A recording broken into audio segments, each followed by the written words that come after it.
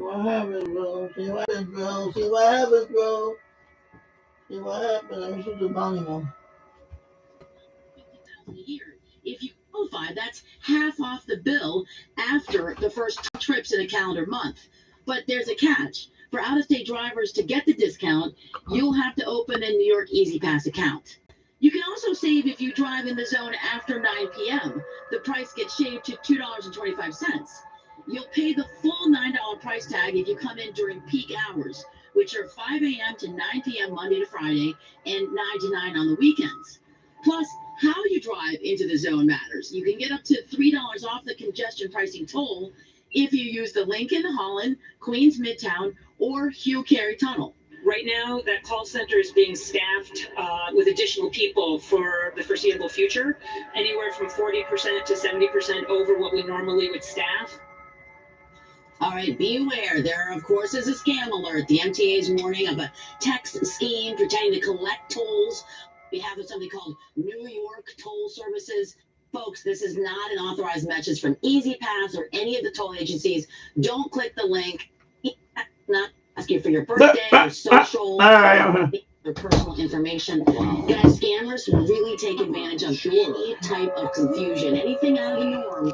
They're going to get in there just like the New Yorkers. Congested scam already, boy. And this is a time when they take advantage. They use everything they can to get in your wallet with this change. You brought up some great points, and you talk about low income. Congestion scam already, bro. I already got scammers for that. Yeah. So there is a low income discount. Congestion scammers, bro. Okay. So like vultures already, bro. The tax credit is going to be for if you make less than $60,000 a year and you reside inside the central business. Got that TV set up there, boy. Can't see it, but that's good for YouTube. What happens is you'll pay your congestion pricing tolls, and then you report that toll on your state income tax, and you will, get some money back. Get you every toll, but you will see some money back. Not gonna be able to focus because of brightness. You pay the tolls. That's all right, because that means that, you know what, YouTube won't. Not for you. Okay. A lot of caveats. Devil's in the details. A lot of work. But I'm glad Putting it off to the side like that. there's still a lot of confusion, even at this point. And I don't think that some people who do live below 60th Street know that they qualify. All right, let me lower that thing now, man. I want to hear that congestion tax, congestion pricing nonsense. That's a ripoff, yo. That's a scam, yo. That's what you call.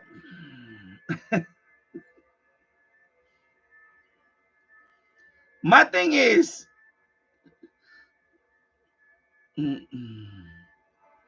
what governor in their right mind will even allow this to happen? You know, that's political suicide, right? You know that. You know that's a one-term thing now. That's it. She's gone. This happened. Congestion pricing. Oh, forget it. You just say goodbye to re-election. No, nobody's happy about that. Now, nobody. Despite of what people say, they say, "Oh, it might be good for the environment." No, it's not, because now people are going to park their cars in the Bronx, in the outer boroughs now, and they're going to take the subway from the Bronx into Manhattan. That's what they're going to do. That's what my wife did many years ago.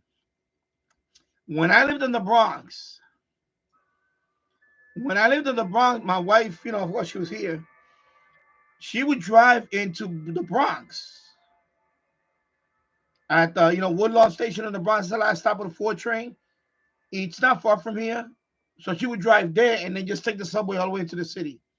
That's what she would do, because if she were to drive that car all the way into Manhattan, even before the congestion pricing, this is years ago, just pay for parking.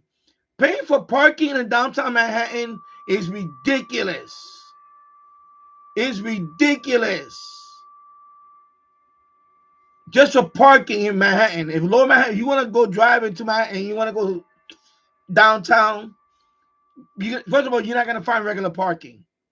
It's not around. It's just not around. It's a lot of commercial traffic and all that.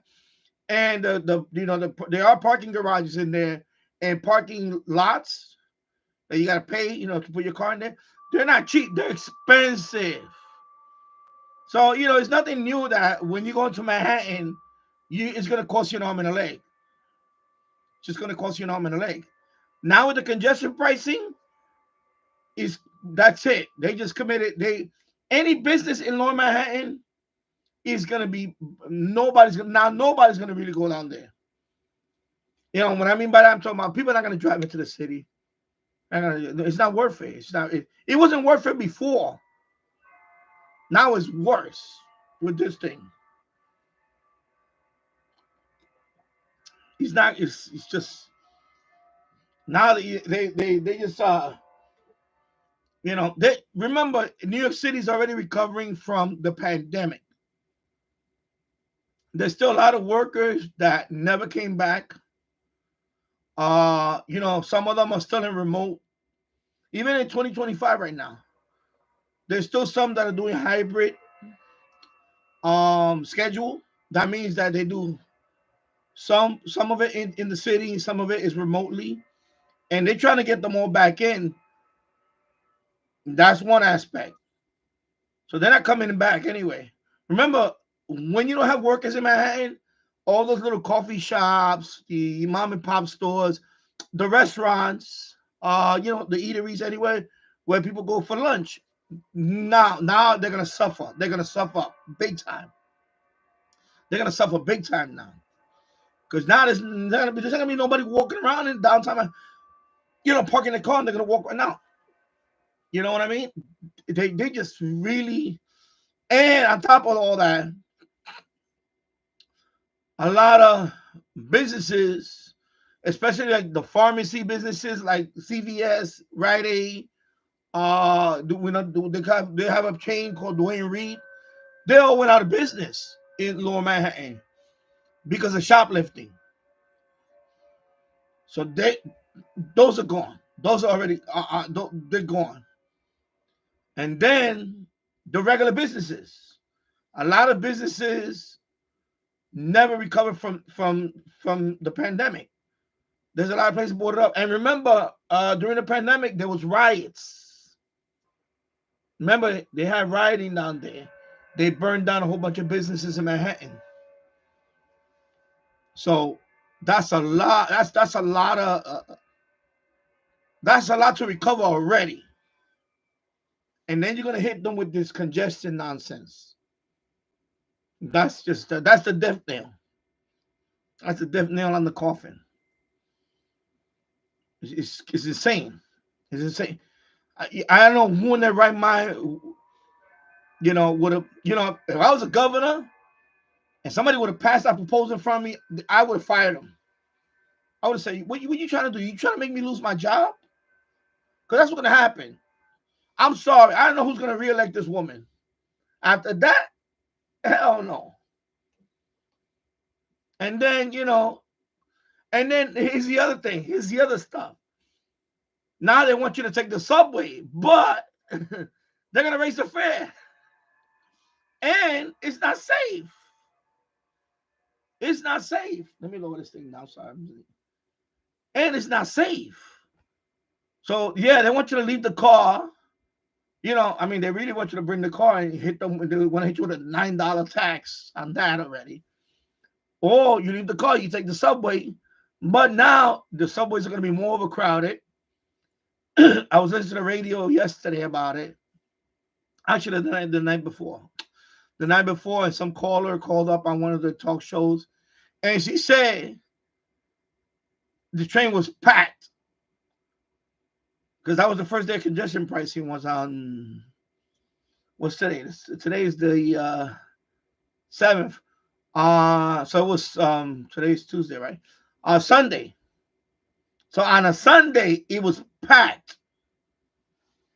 On a Sunday, that was the first day. That's the first day congestion pricing was on the 5th. Sunday was packed. It was packed. The train was packed. All right.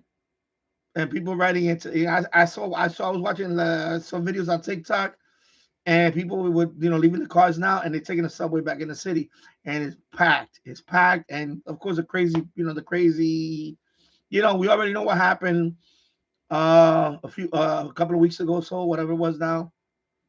This is right around Christmas, right? the woman that got burned alive. The homeless guy that set on fire. Then apparently a couple of days ago, a homeless man threw himself on the tracks. I don't know what the story is that he threw himself on the tracks, and he's laying next to the third rail. I saw the video. It's disturbing. And the guy that's filming it, he's just upset that he's gonna go to work late now because his guy is laying on the third rail. He's basically laying on the third rail. He got his arm inside the third rail, like because there's a cover. Have you ever seen a third rail on a subway line?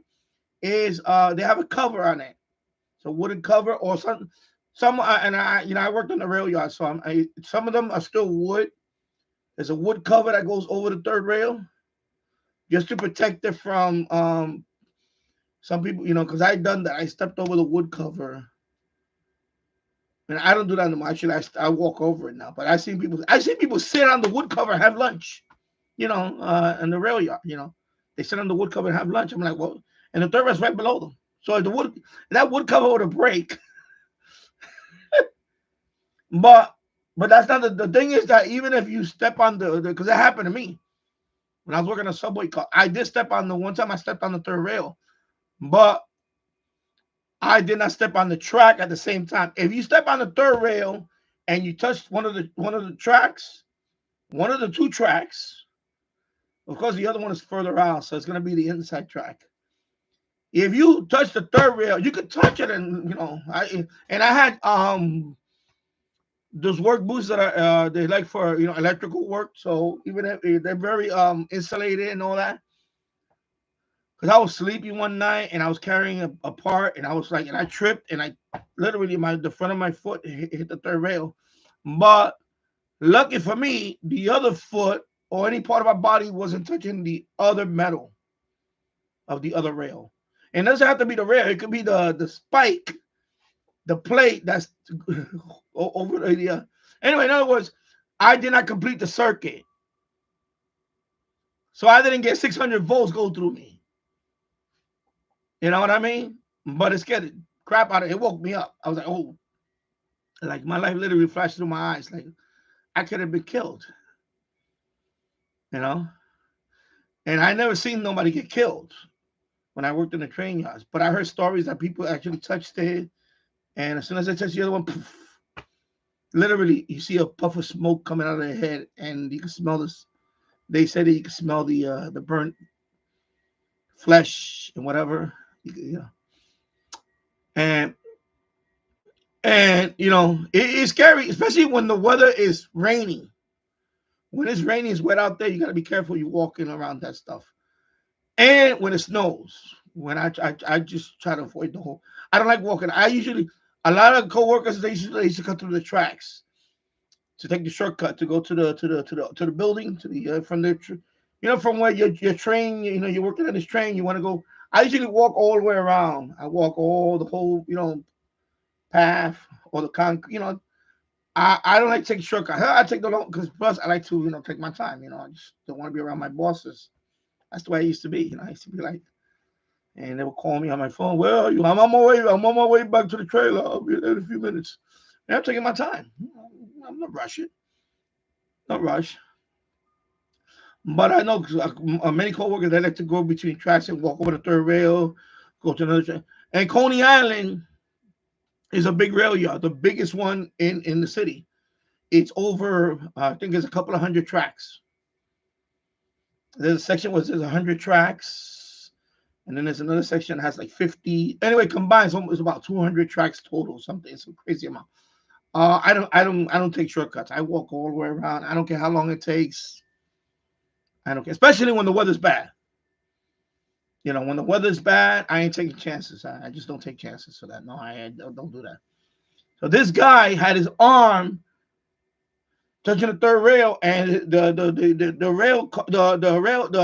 track is right there. So he's laying down like this, like on his belly, and you can hear him screaming. He's screaming like he's touching it, but like he's like letting go of like his foot is hitting the his arms on the third rail. It's touching it and all that, but his foot is touching the track. So, and so you could, I guess, he's feeling the jolt, but then he lets go. He's feeling the jolt, he lets go. And then finally, I think he, I guess, I don't know why this man, I don't know how you wound up in that track, laying down like that. And normally, they usually by that time, you know, and all he had to do was, but I don't even know how he got there. Yeah, the story is I don't know if he was crawling and he fell from the top or something. I don't know what the hell. Or he just they say we don't know the whole story. Anyway, so the video shows only that clip that he's catching and he's screaming and he's saying some stuff I don't want to say. It's kind of disturbing. And then finally, there's a point where I guess he really touched both, and at that point he's like, his body's twitching and all that, and at that point you could tell that he's uncontrollably now, and he's screaming, screaming, and then you could see the spark on the side with the rail, with the not the third rail part, the side where his leg is touching the track, one of the tracks. So now he's completed the circuit, and you see the sparks going on there. And finally, you see him. He's just not moving. He's gone. That's it. They went through him, and And the guy that's filming, he's actually like saying he had no empathy. This guy was like this, and whatever, I'm gonna be late for work because of this, whatever. He's like, that's the disturbing part, that people are just like, like no empathy. Like, I mean, I don't know what can you do? I mean, you can't, because if you go down there and you touch him, you're gonna get electrocuted too. So you can't just, I understand that, but somebody should have just right away call at least the token, the person in the booth, if they have one here, if they had one on that station. Because now it's the other thing. A lot of stations now don't have no when we call them token booth, there is no more tokens. There's all Metro now swipe, but there is no more person in the station now. Basically, I mean, there is somebody there, but he's not visible now. Sometimes they're in another room and they just look at the closed circuit TV or whatever, or they're just so. And by the guy, it looked like it clearly looked like he's trying to just end himself. I don't know. And he kept saying he was sorry and all this stuff. It was very disturbing to watch that. I never seen that. I never seen somebody electrocute themselves like that. I mean, it's very, very disturbing. It is disturbing. And this is what we're talking about. You're dealing with all this, and the guy that's filming, he's clearly just upset that he's gonna be work late.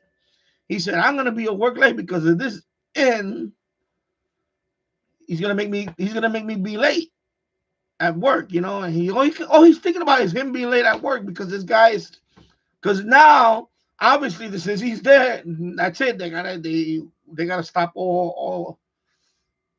Train traffic. They shut down that line until they get him out of there. And of course, once he got electrocuted, he's dead. Now by that time, of course, they went in there and had to. And I think before they could remove him, they had to shut down the power. That's a whole process right there. That I know about because we have protocols for that stuff. That goes all the way to the MTA headquarters. And they have to shut down that portion of line. And that doesn't happen in 2 minutes. That takes us, because now you're affecting the whole sector or the whole line, whatever, the whole segment. So that goes all the way to Brooklyn. That's the headquarters of the MTA is in Brooklyn. That goes all the way to Brooklyn. They make the call. So they say, hey, man is on this, whatever. But by that time, he's dead now. So now they have to shut the line anyway. They have to shut the line for two reasons. Just to remove him, one, and no trains are going to come in and out because they have to shut down the line. And two, for the safety of anybody that's going in there. The officers and the paramedic, whatever, all the just to remove the body, they have to shut down the power. So it's crazy. So this is why it's stressful. It's stressful now. If you're working in New York City, you have to deal with all this. People that drive into you live in New Jersey or the outer or even the outer boroughs, outer boroughs, excuse me, like the Bronx. If I want to drive into New York City, I mean, not that I wouldn't anyway. I never, when I lived in the Bronx, I never drove to work. All my jobs were in New York City, in Manhattan, or I would take mass transit. I grew up taking a subway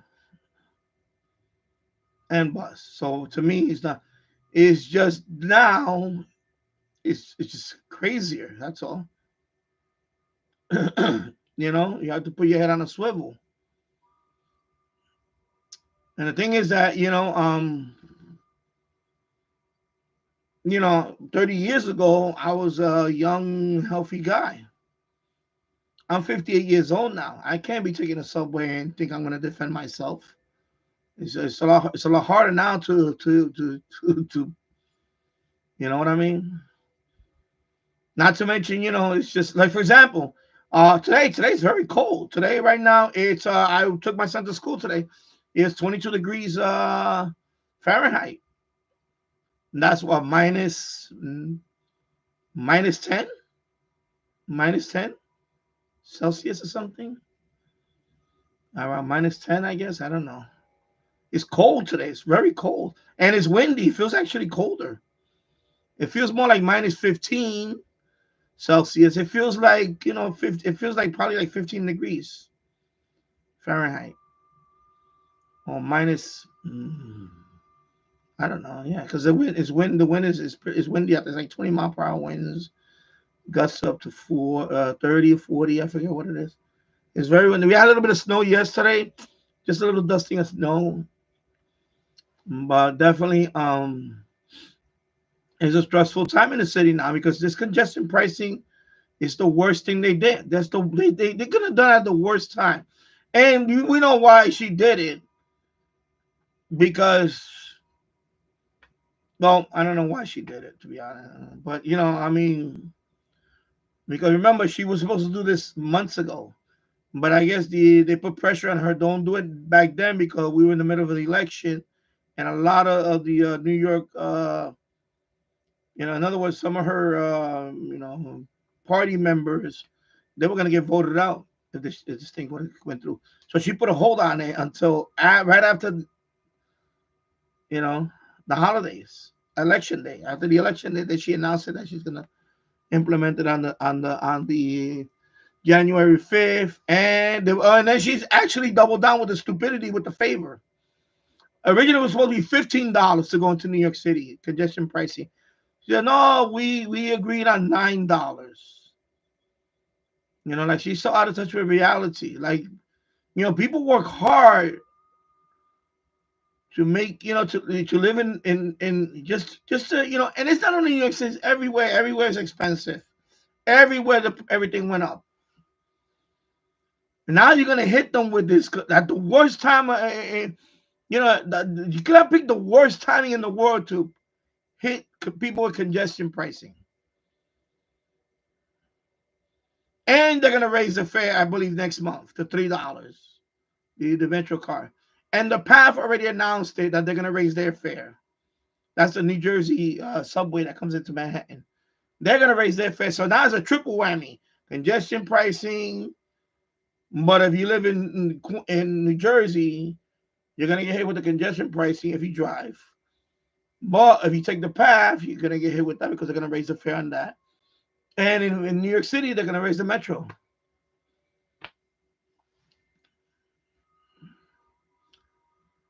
And this is why I want to leave New York. I'm fed up with New York. My wife is just we had a disagreement about it. We're at a big disagreement about this. It wasn't to me. I sell this house next week.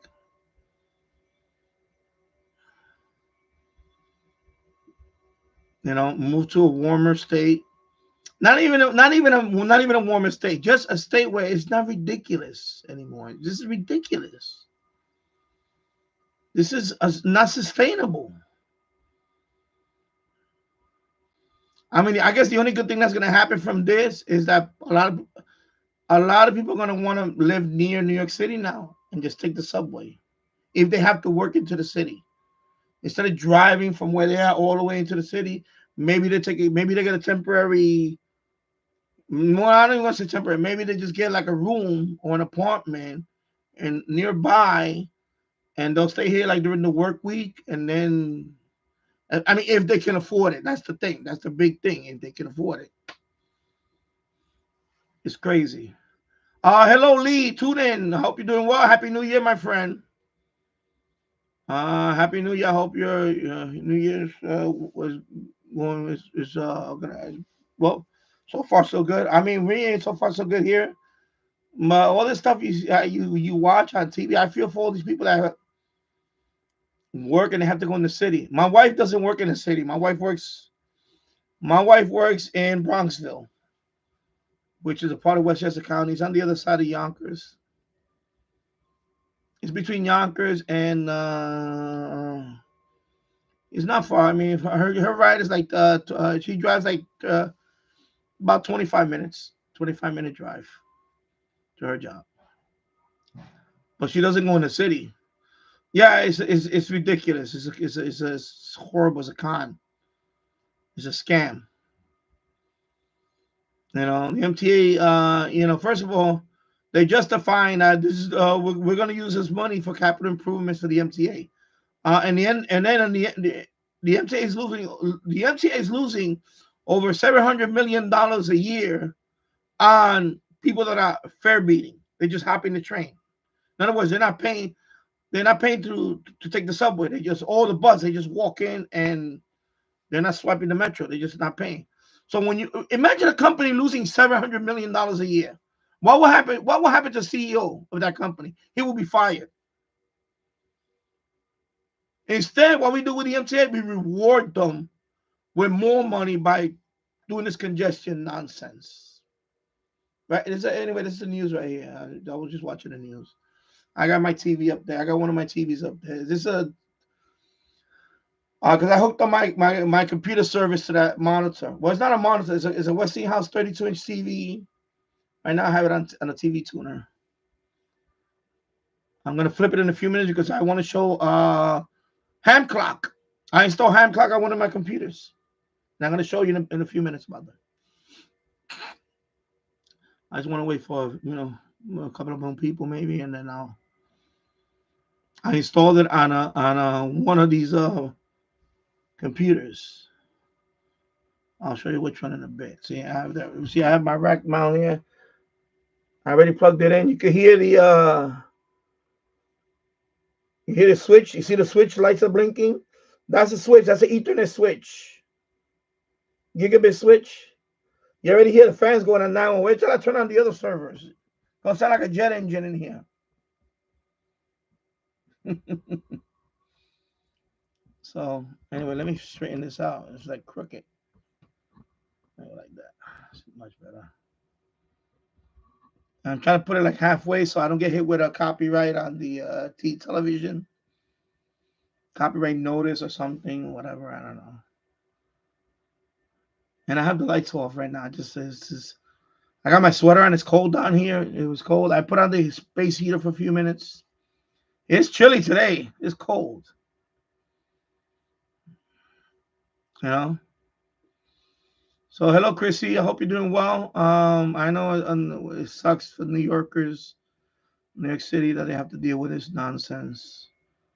I mean, New York City was already kind of recovering from the pandemic, and then you're going to hit them with this. And a lot of people are leaving. I want to leave. And I don't live in New York City. I live in Yonkers. I'm looking for a job. I'm actually looking for a job. I am. But I don't want to work in New York City right now. I just don't. It's going to cost too much money just to commute. At some point, it's going to cost too much money. You know? It's sad, but it's the truth. I had a couple of inquiries. I had one recently for Long Island City in Queens. Now, for me, Long Island City is like a 2-hour commute. Yeah, but it's beyond that. He cannot fix things. Right now. Right now for me, um, start deporting these people first. That's number one priority. Mass deportation. We need that to happen.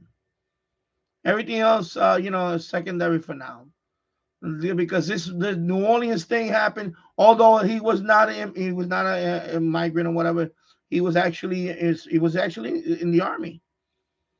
But the fact that we have all this craziness going on, and anyway, and I don't want to go into the whole thing about that today. I really don't want to. He got certified yesterday, and I'm happy about that. And I don't want to spend my whole thing talking about that. So, I mean, you know what? No matter what, his situation should be a lot better than the idiot that's leaving. And I'll leave it at that. Yeah, Chrissy, congestion pricing is a con job to make all bridges a tunnel, Lower Manhattan toll bridge, and yeah. Yeah, see, and that was the other thing they were pushing. They were trying to push for all the bridges to have tolls. But now, the congestion pricing, basically, that's what it is now. It's a toll. It's just a toll from Central Park South all the way to the southern tip of Manhattan. Is $9. Well, you saw the price chart. It's crazy. For trucks, it's $15 already. So they're already starting off with $15 for a truck. So you know what that's going to do to deliveries? Oh, my God. It's ridiculous. Yeah. Yeah, so it's cold today. Right now, it's 25 degrees Fahrenheit. So it went up a little bit. So 25 degrees, that is what? Let me check let me check on the, what is that in Celsius? -3. So it's -3 Celsius right now.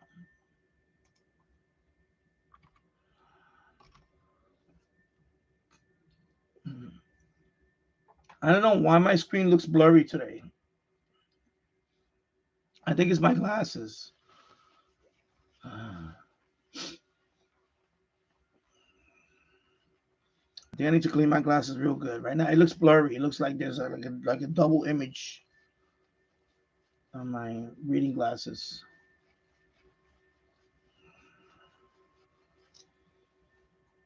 Yeah. Well, that's looking better, but still, I got like spots on them. I think it's because I got the lights off, and I'm trying to keep them off, but I'm gonna have to turn on the light anyway because I'm gonna fire up this server in a few minutes. I'm doing some FTA too, but right now it's look like nothing's going on. Let me see. Let me check on the FTA. I think yeah, run away. Okay. There's a lot of people on. Wow, there's a lot of people on. Excuse me. Tunisia. Oh, Tunisia's on. Okay, so you know what? Let me see. I saw Singapore on earlier, but they left. 3 Victor 8 Hotel Papa, right? Okay, Tunisia. Generate. Oh, Tunisia. So that's my FTA going on right now there. She's kind of busy right now. Yeah, long list. And I'm trying to get in touch with Tunisia. Tunisia. Let me open up there. Let me put this page back here. So let me turn on this light. Let me I'm gonna turn on this light here. Let me move some stuff over here. I got too much wires going on here. I got too much crap here going on. Throw that there.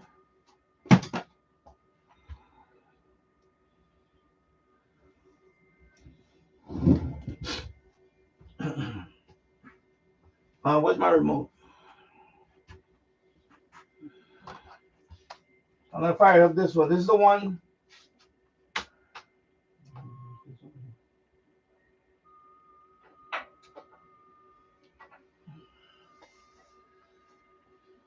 This computer right here, Barracuda. Let me put it up close. Let me see if I can reach. I don't know if this cord is gonna reach all the way over there, but anyway, this one, Barracuda Network box.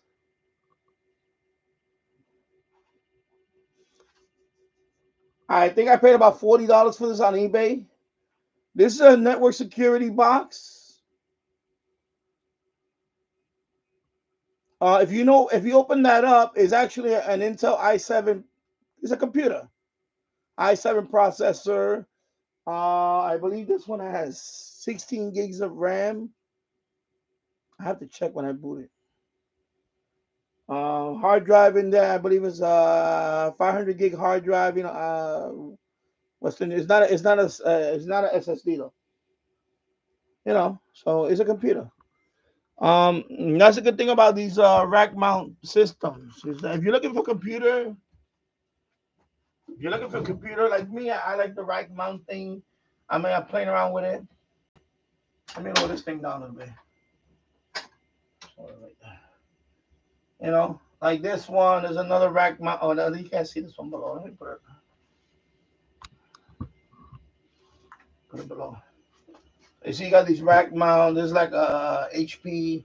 Oh, this is a server. This is a server with the drives, and these are hot swappable drives. You can take on all that. These are more appliance.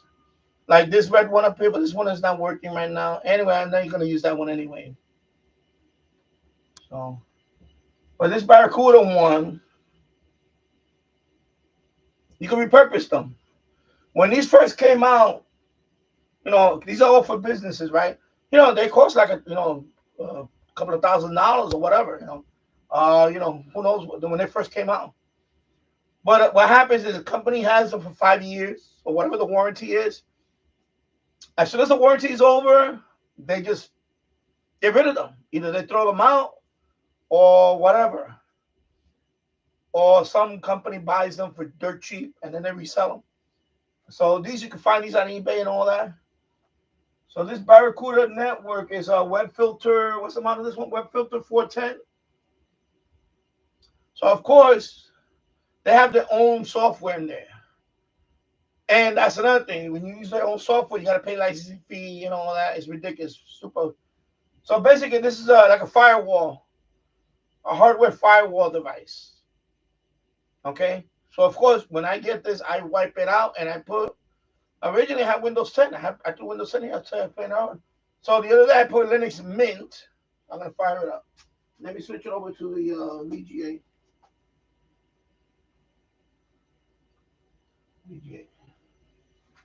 And I'm gonna fire it up.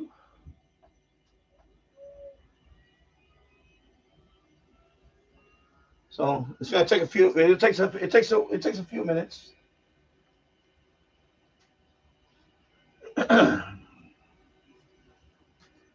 So let me see if I have it on the right. I don't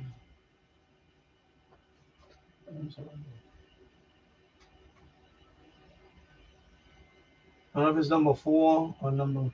I have a KVM back here. I'm switching it. So number 3. There you go.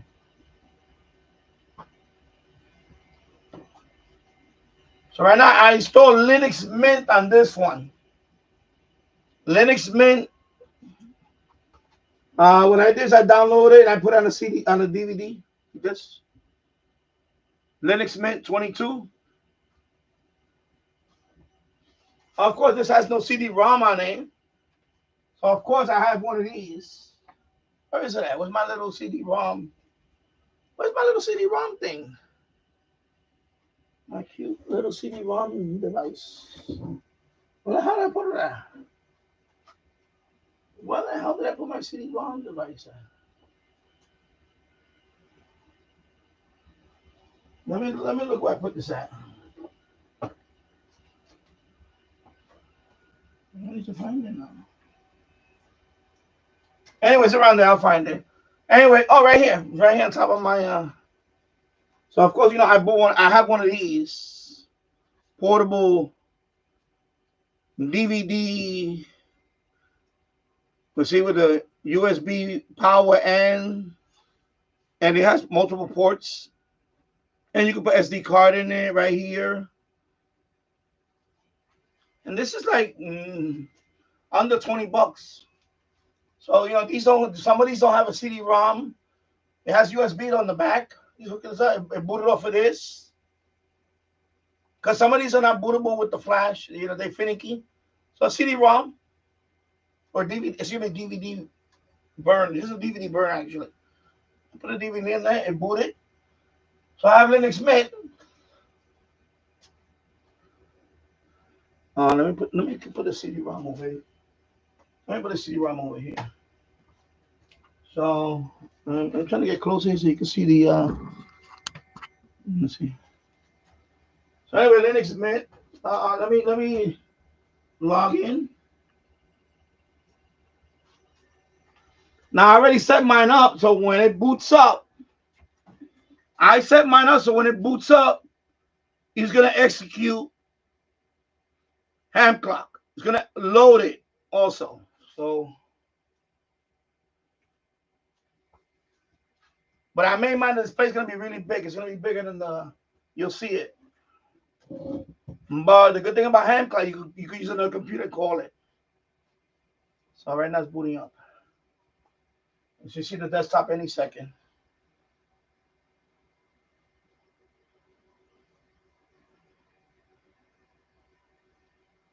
So you can see that's full screen. That's the Hamclock. Right now I can click on setup, but I'm not gonna do that. I'm gonna let it load. The trick is, here's the trick. Once it loads, it's still loading. So let me turn off this light and see if you can see it better. I don't know. I'm trying to see. Maybe I need to turn off this color light. I'm gonna have to put the camera up closer. See if you can. Problem is I don't have a lot of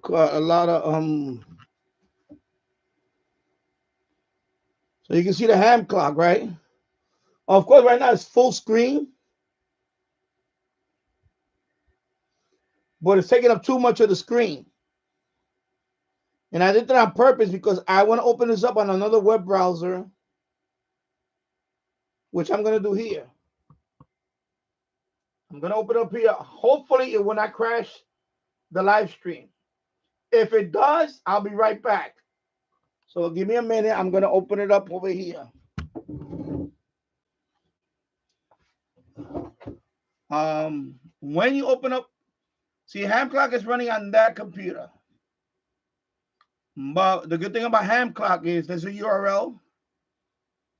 So whatever the IP address of that, I should have even looked at that. I should have checked that. I'm going to try to open up here. And let's see if it doesn't crash this live stream. That's the trick that's why I'm doing this live stream too. So let me try to open up Hamclock. Let's try it. And let's see what happens. And I'm gonna wait. It's already here. I already see it. But I want to know if you guys are still on. That's what I want to wait. I want to wait till you guys are still on. So let me know. Say hi, Danny, I'm still on. And then I'll proceed. Anybody, say hi, please. I don't know if I'm doing the thing right now. Anyways, right here.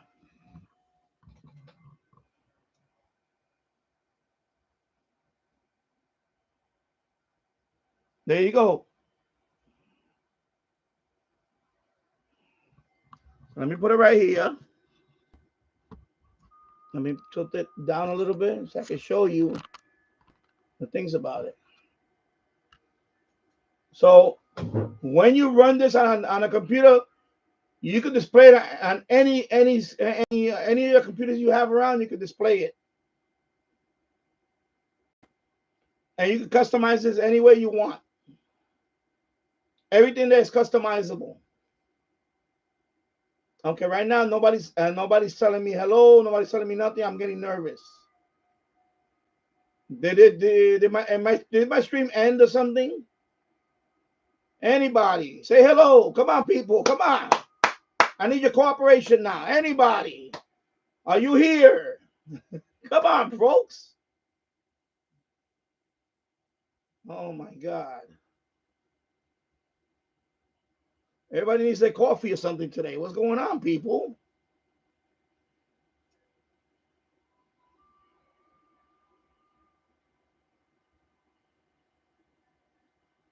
So as you can see, you can run Hamclock on one computer and display it on any computer in the house. All you need is the IP address of that computer so you put the IP address of that computer, port 8081 / live.html. That's all you do, and you see it here. And of course, I can make this full. Like, if I press F11, now that's full screen. Okay, let me go back a little bit so you can see it better. Okay, there you go. I'm gonna try to keep it right there for now. So, and everything updates every few seconds. For example, right now I don't want to do too many changes on it because I don't want this thing to crash my live stream. But I could change. You could change all of this, the colors. This is the time format that I have it right now. This is the UTC time right here. I decided to put the ISS tracking on mine. But you can put anything you want here. I put the ISS here. That's basically the only thing that's available that I could use. Over here, of course, you got all your solar stuff and your over here too, you got the solar wind, and you have this other solar and then over here, of course, they have the other thing, but it's not working right now. If I'm gonna click on it, hopefully it doesn't kill it. Let me see if I can do this.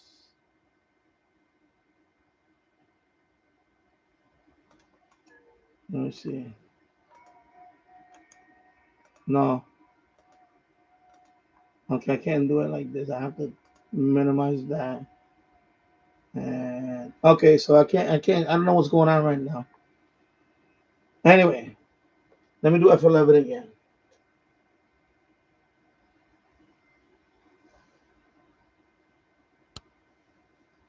Yeah, nobody's replying here. I don't know what's going on. I'm hoping that I'm not Jesus Christ. I hope this is not buffering. Am I buffering? Anybody? Can anybody hear me? Oh my God.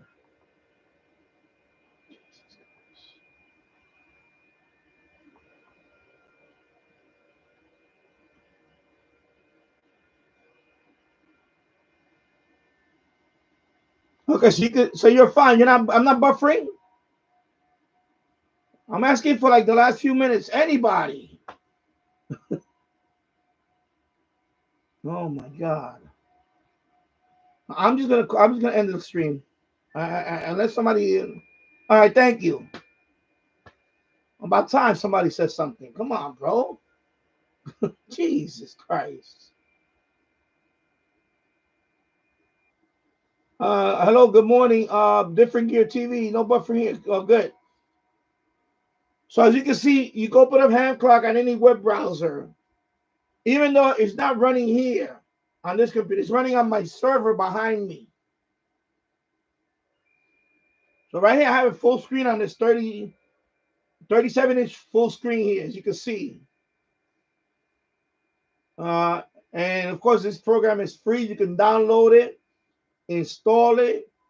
I install this on a Linux Mint machine. Linux Mint. So what you do is when you go into Linux Mint, you have to go into terminal mode. And then the steps are there. There's a website. You can just copy and paste the commands. That's it. Very simple.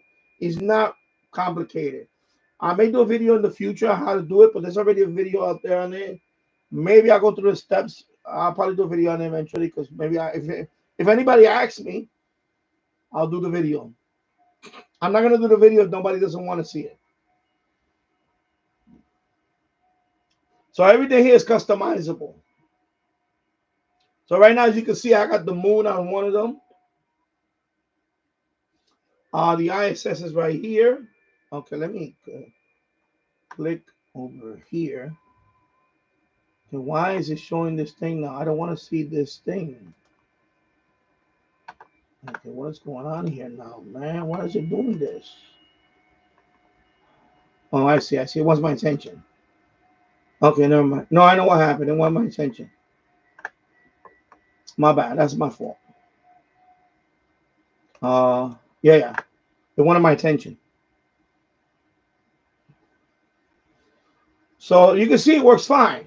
The only worry I had is on the live stream. If this thing's an overload right now, I'm using Edge for my live stream. This is Chrome. I want to separate the two. So you see that thing is still down. You see SDO, that's what I wanted to see. SDO is still down. This is where you see the sun. You know, you see the picture, the video of the sun. So right now it's been down for a few days. Okay, so this over here has been down for a few days now. So there's something going on with and I went to the website to look, and they have an outage lately on that. I don't know what's going on with this. So that website is sdo.gsfc.nasa.gov.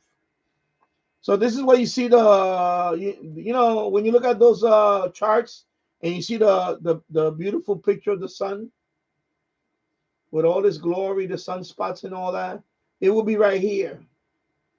But right now, this portion is down. Okay, so I have it rotate.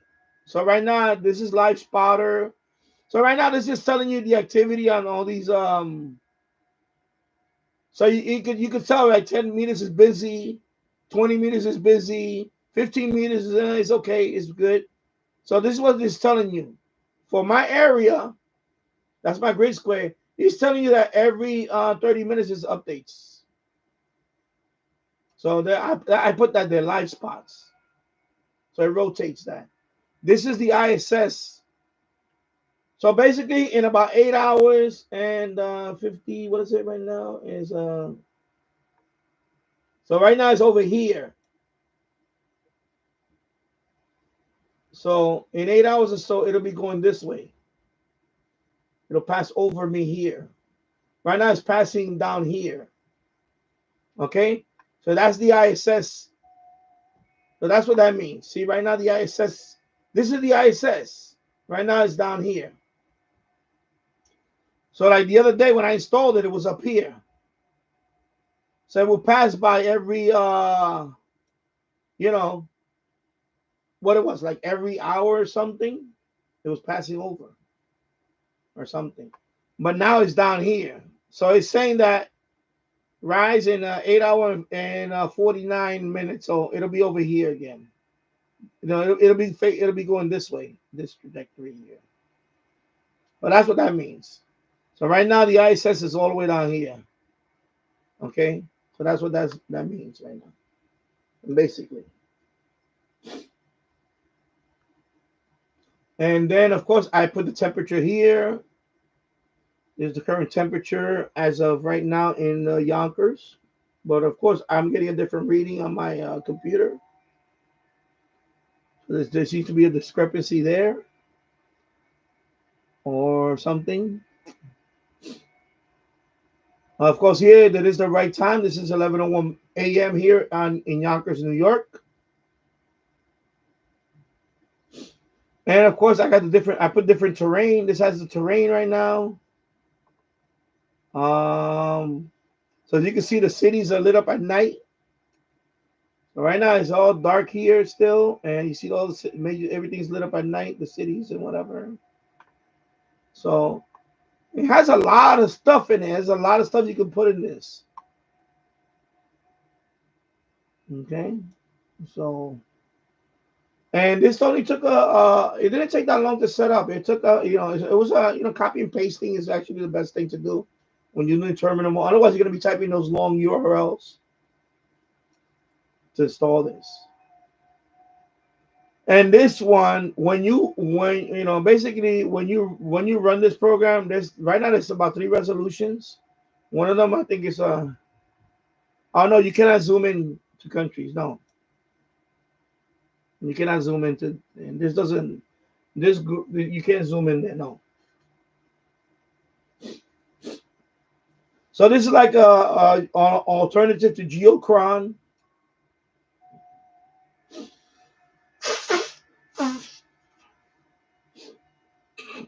You know, there's other stuff you can do on it. Actually, I'm gonna try to reboot it right here. Let me see if I can reboot it. How you? All right, here. Never mind.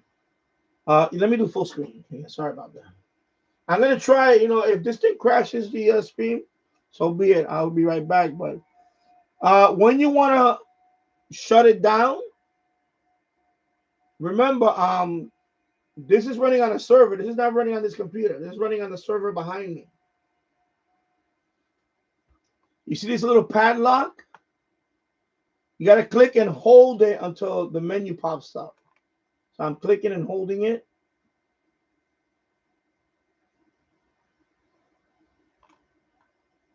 Oh, no, you don't have to do that. Wait a minute. Let me do that again. If I just click. Oh, no, I don't have to do that.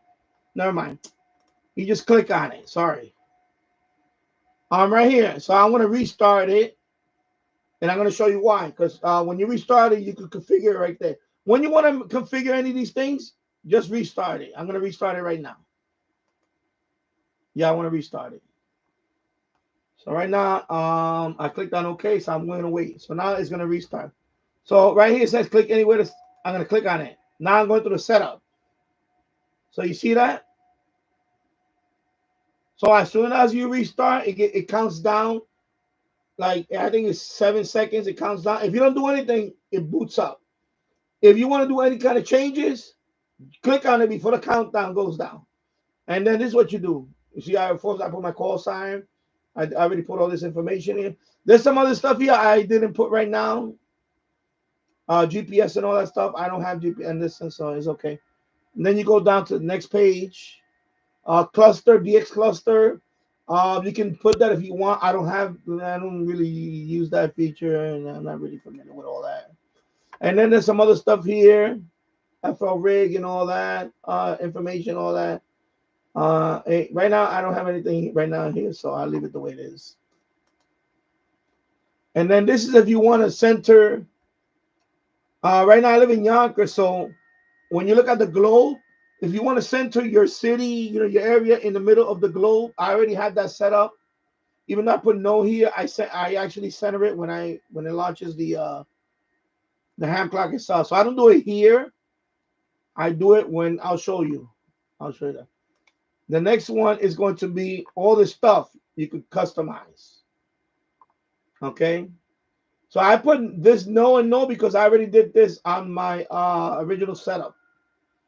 So, if I make a video on installation, I'll talk about all this more. But right now, of course, units I put imperial. In other words, instead of kilometers, I put miles. That's just my preference. You can change the date order. Week starts on Sunday, of course. All this stuff, just a lot of stuff you can put on there. You go to the next screen. These are the colors. You can customize whatever colors you want. Okay. And then I think that's it. So when you're done, just click on done. And then it's gonna launch it. See? So it's gonna do all this. Like when it first booted up on the server and behind me. Okay. And then it'll launch it. Of course, I can skip it, but I just figure I'd show you. And then now it's loading it up. You see? Okay, so it's very easy to use. But I know the installation can be a little intimidating because it is Linux. Um, of course, they have a version for this on a Raspberry Pi. So if you have a if you have a Raspberry Pi computer, you can run this. Okay, it's just you got to go into terminal mode for Raspberry Pi, and you got to download the Raspberry Pi file for this. There's the Raspberry Pi version. Uh, of course, I'm running Linux Mint, but this is the Ubuntu version of Linux Mint. Because I actually had to look it up how to install Hamclock on a Linux Mint machine. So when you go to the website, uh, I use the Ubuntu version of this Hamclock, and I was able to install that on Linux Mint, and it works fine. I didn't have to do nothing else to it. I just follow the same instructions on on Ubuntu, the same thing. It's the same thing, and it's running fine. The only issue I have with it right now is just that it's not on my end. Is over here when the SDO thing comes up. See, the moon one is fine. The sun one, when the sun comes up, is not showing the sun right now because on their website is down. They're having some issues on the NASA website about that. So that's why I haven't been able to see it in the last few days. The sun on this side. And then I rotate some of these screens. Like right now, the aurora right here is 45. So right now, see it updated. Look, 25 degrees. So they did update now. This is the right weather now. So right now it's 54 degrees humidity, 26 miles per hour wind. There you go, clear sky.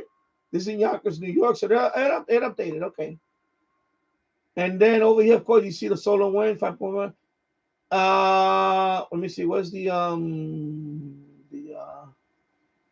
oh, is it gonna rotate it back and forth? I'm waiting for it to rotate. So you see the sunspot number is 117. I'm waiting for it to. It's every few seconds it updates these boxes.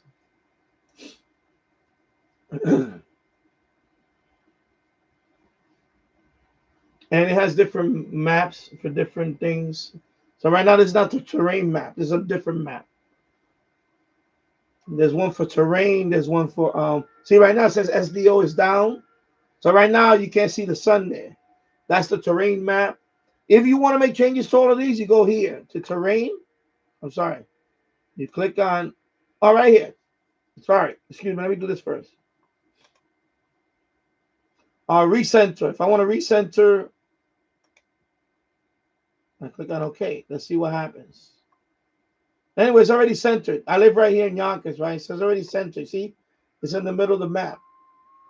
You know, if you live in I don't know, if you live in Spain and you want to center it, you could put Spain over here. Center the whole. You're the center of the which makes sense, you know. So right now, of course, I'm in New York, so the center, I want it to be center of this map. Okay, so that's so the terrain part. Oh yeah, so when you click on terrain, this is all you can do with the map. So they have a lot of things you can do here with the map. So you can't zoom in, but there's other things you can do with it. RSS, that is a feed that's gonna be down here. It's gonna give you information. It comes from different websites. I'm gonna click on it to see what happens. Hopefully, don't crash the. Hopefully, it does not crash the screen. But here it goes. So RSS is gonna put information there. So see. So now it's gonna give me headlines, and you can click on that, and it'll take you to the website. So any RSS feed, you can put them in here. Okay, so these are articles that you can click on and read them. So that's what the RSS. Let me go back here. So that's what the RSS is for. Okay. So let me click away. Okay. So these are right now. These are all eham.net, but there's other websites where you'll see the articles. It's gonna scroll through a few of them. So I'm gonna let it scroll through a few. Excuse me. And then DX News. That's for example, right now it's saying here that Palau is gonna be if you're interested in DXing Palau, these are the call signs and the date and all that. So to be on the lookout for those call signs if you want to catch these countries. Maybe they have some kind of the expedition or it's a special event or whatever. Dominica, I just made contact with Dominica the other day again. So I already got that one confirmed. Dominica. Okay, again, let me click here. Okay, so this popped up. Let me go back over here. There you go. Reunion Island, see? I don't want to click on it because it's going to open up another tab and I don't want to crash this screen. So, but if you click on those links, not you, but if you have this running and you click on that link, it will open up another tab and you'll see that article. So, for example, DX News again, this other call sign right now, Anguilla, which I saw the other day. I did see Anguilla on FTA the other day, but unfortunately, I couldn't make contact with them. And then they give you some other dates here, like if you make contact with Trinidad and Tobago with a particular call sign on this day, they're going to be updating their QSL. Galapagos Island, which I didn't even get a chance to see that one at all. So you get these alerts here, which is nice. It's nice to have these alerts and keep an eye out on these things. Like Guyana is going to be on right now. Be on the lookout for Guyana from January 1st to February 8th. That's their call sign for Guyana, and that's the website for that one. ng3k.com. They're the one that provide this particular portion of the feeds. So these are this is nice. This is nice to have on your shack. Maldives, January 5th to the 13th, and that is the call sign for that. So I need to be on the lookout for that one. Maldives. I don't have that country at all, so that would be nice to have. And there you go. So this is nice articles they have that once you click on them, you go there and it'll tell you about whatever this is what the RSS feed is here for. Now I think you could put your own RSS feeds in there too. For that you have to customize. There's a file in there you have to customize, but that's beyond the scope of this live stream. But these are the ones that are already in the RSS. Hamweekly.com, that's another website. So there's a headline on that one. So you get hamweekly.com. I think also ARRL is going to come up soon. I think that's another RSS feed stuff too. So Ham Weekly, okay. I haven't ran this in a couple of days, so that's why I'm seeing. I don't recall Ham Weekly. Ham Weekly, okay. Scamp digital mode available in FLDG. Okay. So this is nice to see. You have all this information in front of you. So of course you have your local time here. This is your local time. DE, that is your local time. This is your UTC time. Okay. So you have that right here. And of course, I have 25 degrees Fahrenheit. You can change it to centigrade. Doesn't matter. You can do whatever you want on it. I'm using the imperial system right now, but you could also, if I would have used the metric system, then this would have been in Celsius. Okay. That is when you first saw the setup, you just, instead of putting imperial, you switch it over to metric. Of course, see now you see the ARRL.org. These are the headlines for that.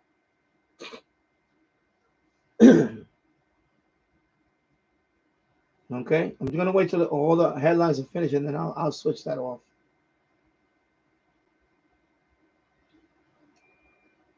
So you can hear the server running in the background. That's what's running this ham clock. But of course, you don't need a server to run this. You can run this on a small Raspberry Pi. Actually, my next experiment is going to be, I have an old netbook. And what I'm going to do is I'm going to install some kind of Linux on that netbook.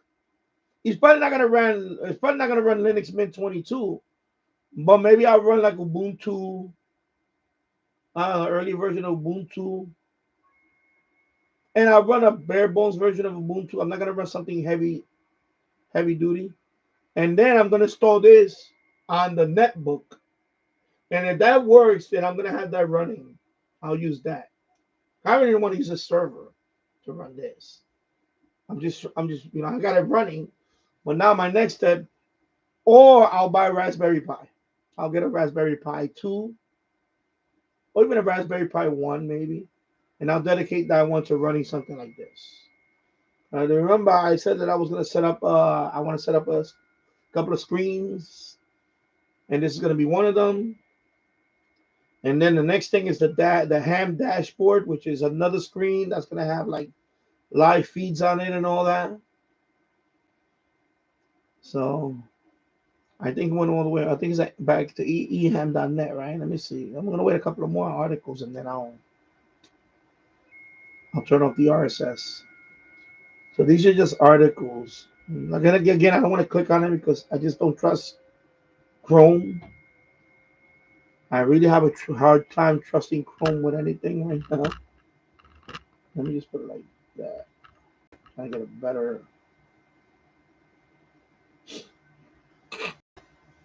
Okay, so you can I'm gonna try the netbook first, see if it runs on that. If it runs on that, I'll use the netbook because I'm not using the netbook for anything. It's old. That netbook had Windows 7. It's an Atom processor. It's 2 gigs of RAM, but I'm not using it.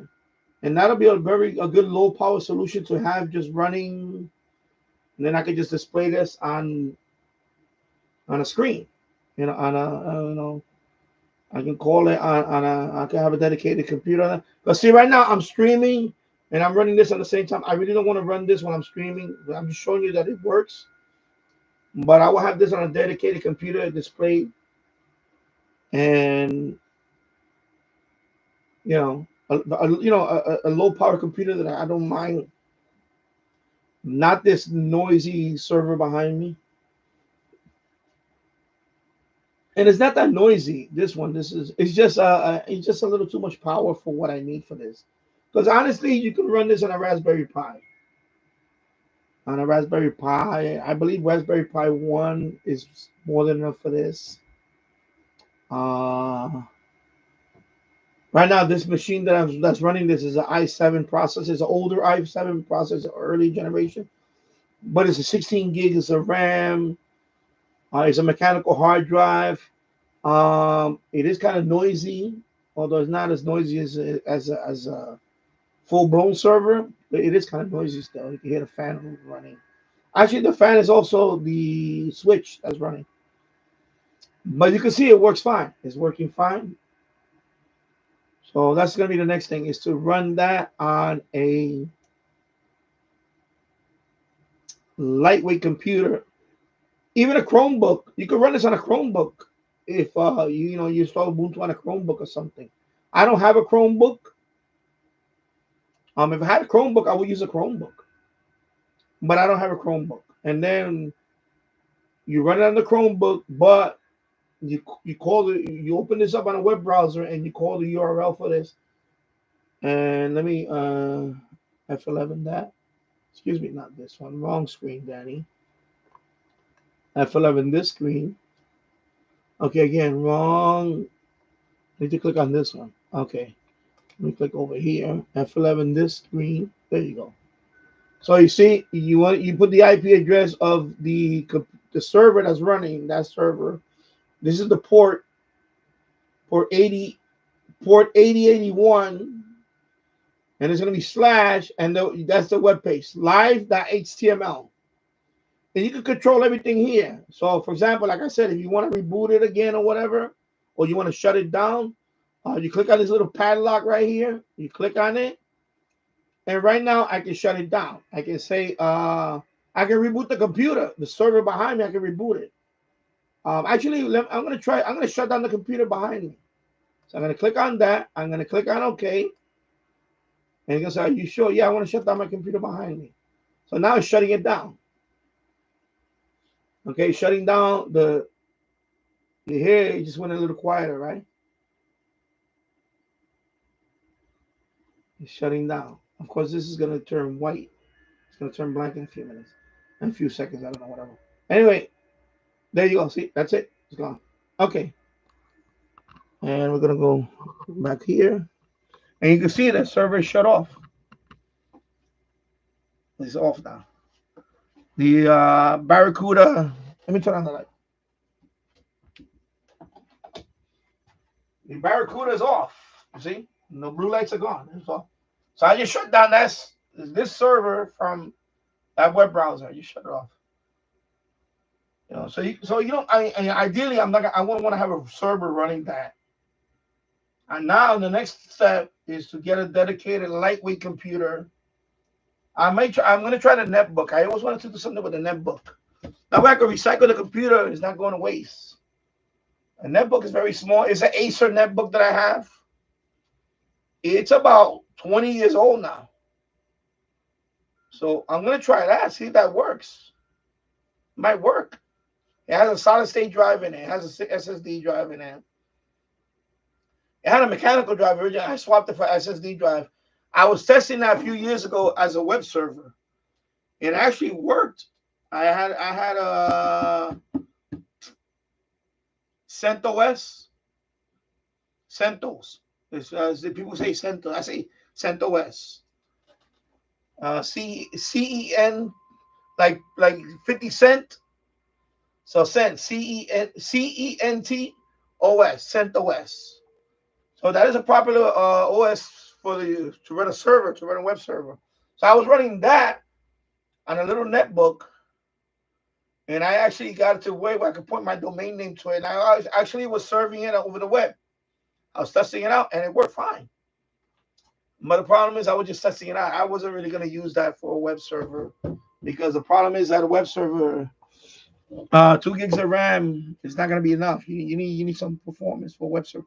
But for something like this, you don't need much because you're only using it for yourself internally here. And you're not going to have it on all the time. You're going to have it on only when you're working on a shack, whatever. Or if I'm doing a live stream, I want to have it in the background or whatever. And then after that, I'm going to turn it off, you know. Or when you're in the shack, let's see, you have it on or whatever. That's it. You're not going to have that running 24/7, obviously. So that's the next step is to either try the netbook or I'll get a Raspberry Pi. And because I want something low power. Right now, you can still hear the fan on the switch. So you can still hear a little fan. That's the switch. All right? So this has fans too. This Ethernet switch. I'm going to turn on the Barracuda again. You're going to hear it. And you're going to see the screen now. You're going to see Barracuda and all that. There you go. You can hear it now. So. I mean, it's not as loud as these guys. The one below is loudest. The Dell, the 2950 is the loudest.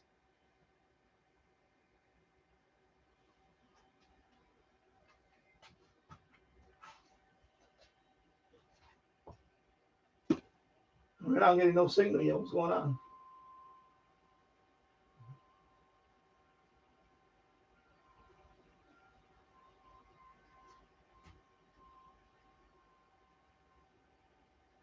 That's weird. I'm getting no signal right now.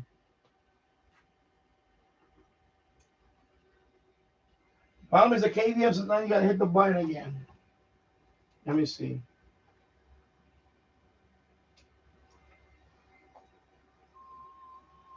I gotta go back and forth. Let me see.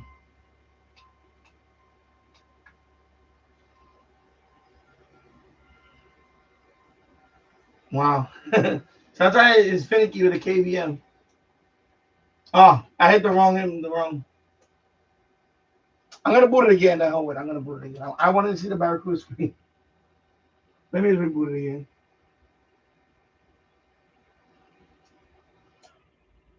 Let's do it again.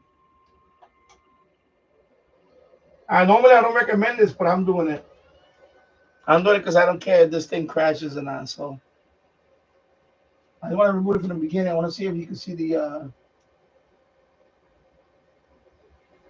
Like it's not showing the Barracuda screen. It's going straight to. See, that is weird that it's doing that.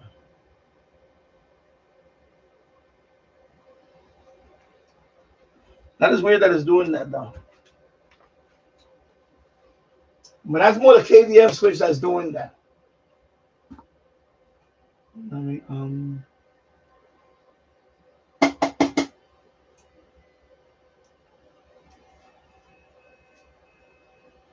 Unless it really takes that long to boot. I have noticed that. Let me see. Until it goes to Linux Mint. I think it's a KVM that's doing that. Let me see. Hold on. I just saw the light change here.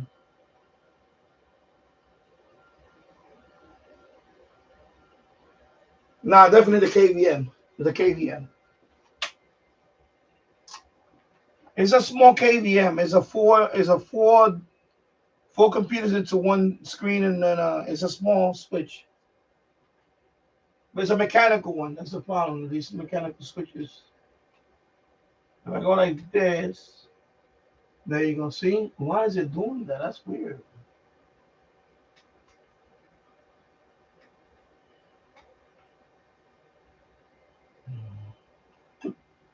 Anyway, it's bypassing the Barracuda screen. Oh well.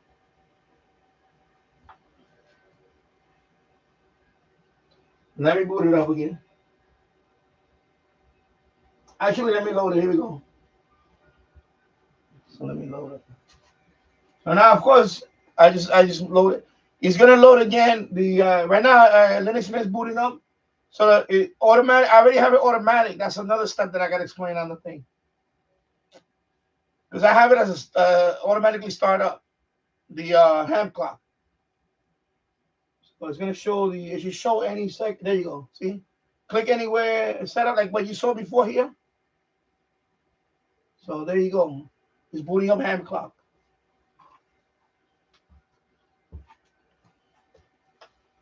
Of course, it doesn't fit here because I made the resolution really big. Because I want the resolution to match this screen. That's why I made it bigger than, you know. If I would have done like 800 by 600, it would have fit there. But I would have had big black bars next to it. But I didn't want it. I didn't want to use it here. I wanted to use it there. I can change it here, but I have to go into terminal and change it. You know, when you go into terminal and you make file, you change it, and then that's it. Then it would have fit in there. But I don't want it to fit in there. I just load it right here. Look. See? So there you go. So now I'm going to full screen. F11, full screen. There you go. See? Okay. So this is running off a Linux Mint. Let me take care of this thing over here for a minute. Okay. Let that go away. Okay, let me go back here. So this is running off a Linux Mint on a Barracuda web appliance. What is it? Barracuda web filter that I repurpose. So now my next project is to put it on a low power machine, like either a netbook, or maybe I'll look for an old Chromebook.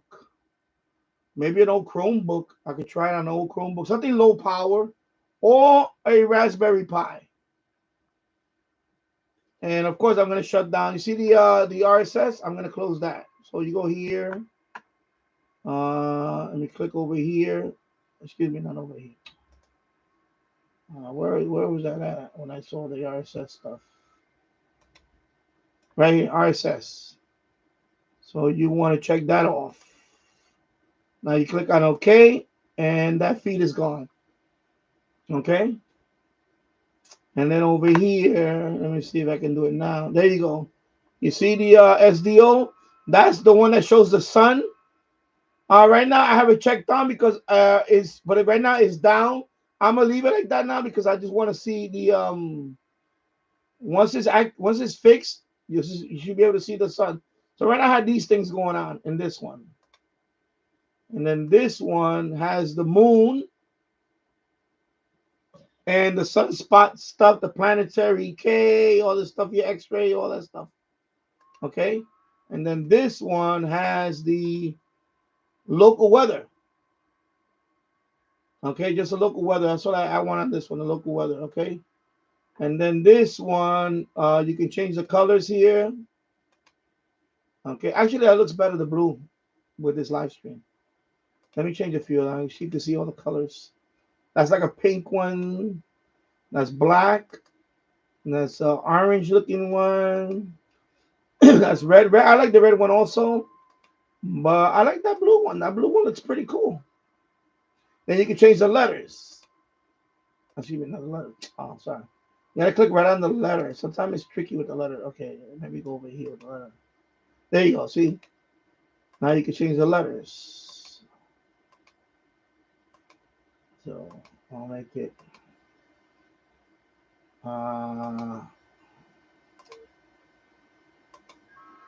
Let me go. I'll make your cycle one more time.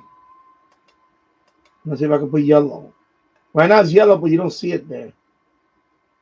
And then over here, I'm gonna make this blue. There you go. I'm gonna go to there. You can see it right there. Good morning, Glenn Dansler. Hope you're doing well. And then over here, this is the local time. So you click on there. Let me see if it's over here. You change this up. Right here, see, you can put analog or digital, whatever format you want. You can do all that right here. Whatever options you have here, you can do it there. Of course, this one, in the original setup, was it the original setup? This is the ISS tracking thing right now, ISS tracking. So as you can see, the ISS is down here, going this way. So right now, the ISS is right on the southern tip of South America right now. That's where it's currently at right now. So in 8 hours and 16, it'll be up here. It'll be doing a different path. I guess for the rest of for a few hours today, it's gonna be down here. Okay, like for example, when I set this up a couple of days ago, the path was the opposite. It was going this way. It was, I believe, when I first set this up, it was around 2 in the morning, 1 in the morning. It was up here. In fact, it went right over Yonkers, right here. Basically, it went right over here, like that. That was the path. So right now, you see, right now it's a long way to go. You know, over here it was like every hour. The other day it was like almost every hour it was going by, or something like that. I forgot. I'm not an expert on the ISIS stuff. ISS. I said ISIS. Excuse me. ISS. But I noticed the path today is down here. It's definitely down here. It's going down here. All right. So all this stuff, and all this stuff is customizable. All this stuff here is customizable. Here you can put.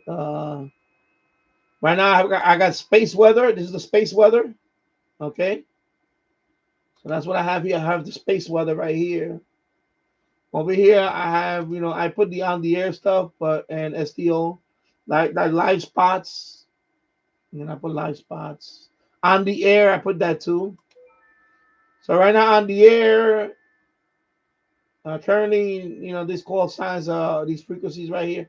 I guess this is where they get this information from. I forget whatever. Let me turn off this light behind me because there's a glare right here.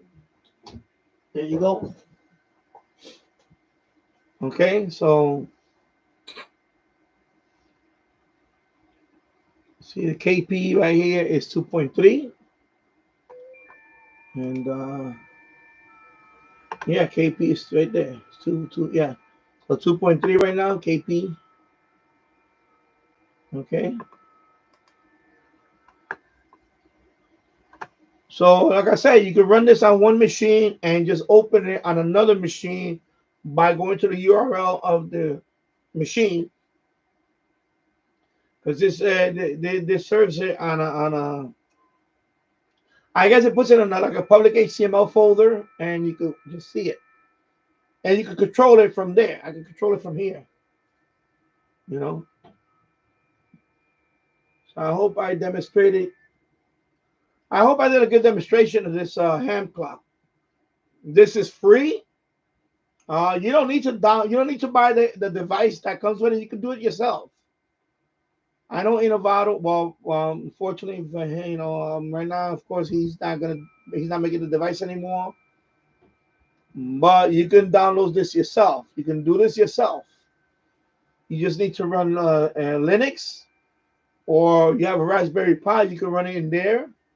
Of course, I'm using a Linux Mint 22 machine, and this is Ubuntu version. I downloaded in Terminal, and I just went through a few things. If you want to see a video of this, you hit me in the comments. Let me know. I'll make a video on it. Because the problem is, if I make the video, it's going to be a whole production about it. I have to, open this up and, remember I'm doing terminal stuff in there. So that's going to be a video that I have to edit. And it's probably going to be a little long. It's probably going to be at least a 30-minute video, more or less. But remember, even when you make a 30-minute video, you're not going to shoot in 30 minutes. It's going to shoot. It's probably going to take me a couple hours or so just to shoot it. Because I have to shoot and talk and edit and make sure I get all the okay.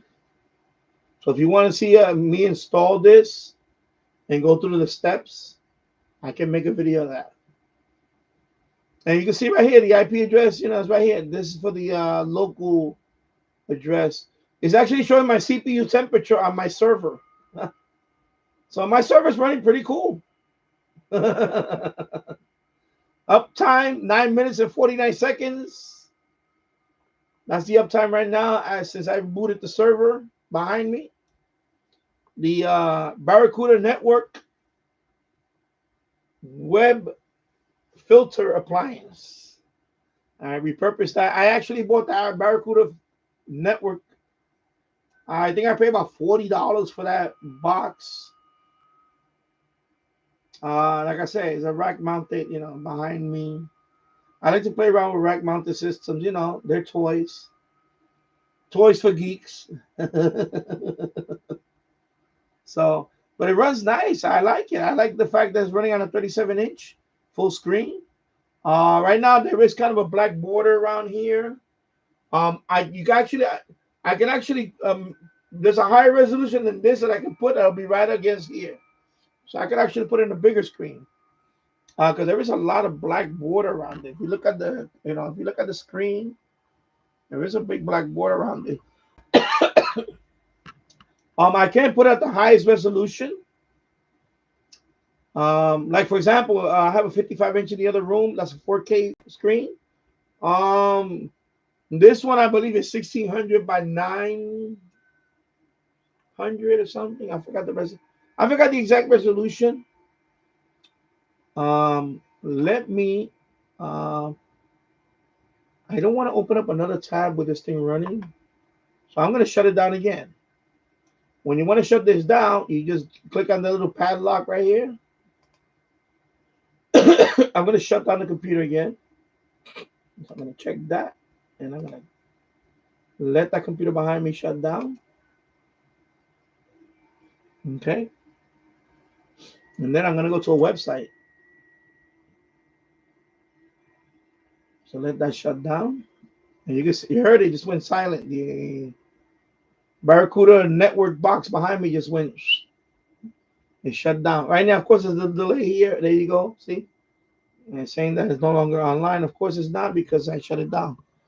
So now, let me turn on the light and I'm going to see. As you can see, it's gone. So I just forgot what I was gonna do. Oh my god, I'm having memory loss today. Let me go drink some water. Excuse me. Let me give me. I need, my throat is dry. Wow, it's really Problem is when it's bone chilling cold today, the air is very dry.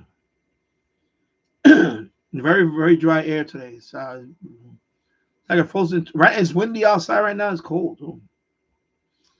Even though it says 25 degrees, it actually feels like 15.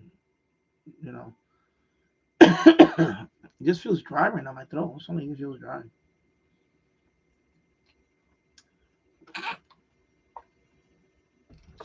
I forgot what I was gonna do now. I can't believe this.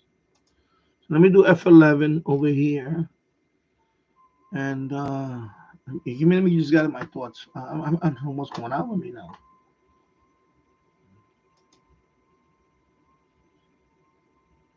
Let me see the Hamclock. I was gonna show something. I wanted to show the customize it and anyway, Hamclock.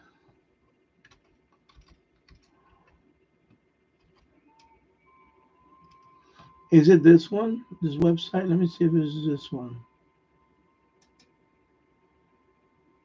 Trying to see if this is the right one. No, this is for the Raspberry. Okay, this is for the Raspberry.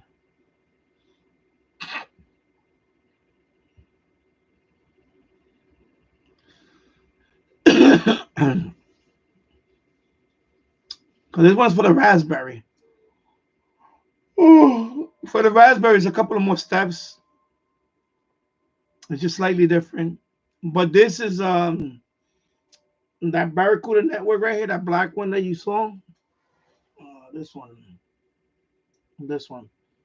Right now I put Linux Mint in there. So Linux Mint, then you go to terminal, and then the one I'm gonna look for. Actually, I'm gonna look it up right here, and I'll do it on. I'll do it on the same thing. Hamclock Ubuntu. There you go. Ubuntu.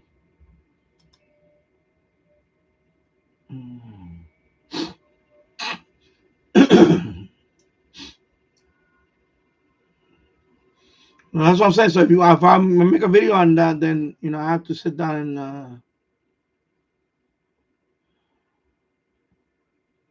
let me see if this is the article. I'm trying to find the right. Yeah, it's this website.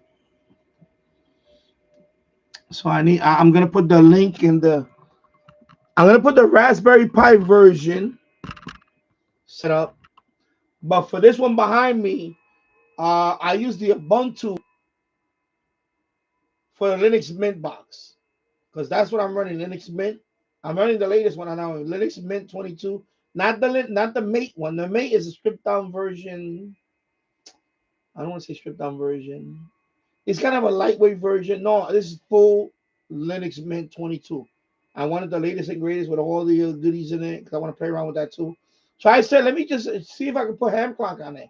So when I Googled it, I read in the forum that you can use the Ubuntu version. So I followed this guy, this website, and I went through these steps. So you see, you go into terminal, and that's the first thing you do is here, of course. And then, where's that? Yeah, then you go through these steps right here. See? Okay, you go through these steps here. You gotta download these packages and libraries and all that. All this goody stuff. And then you gotta change directory.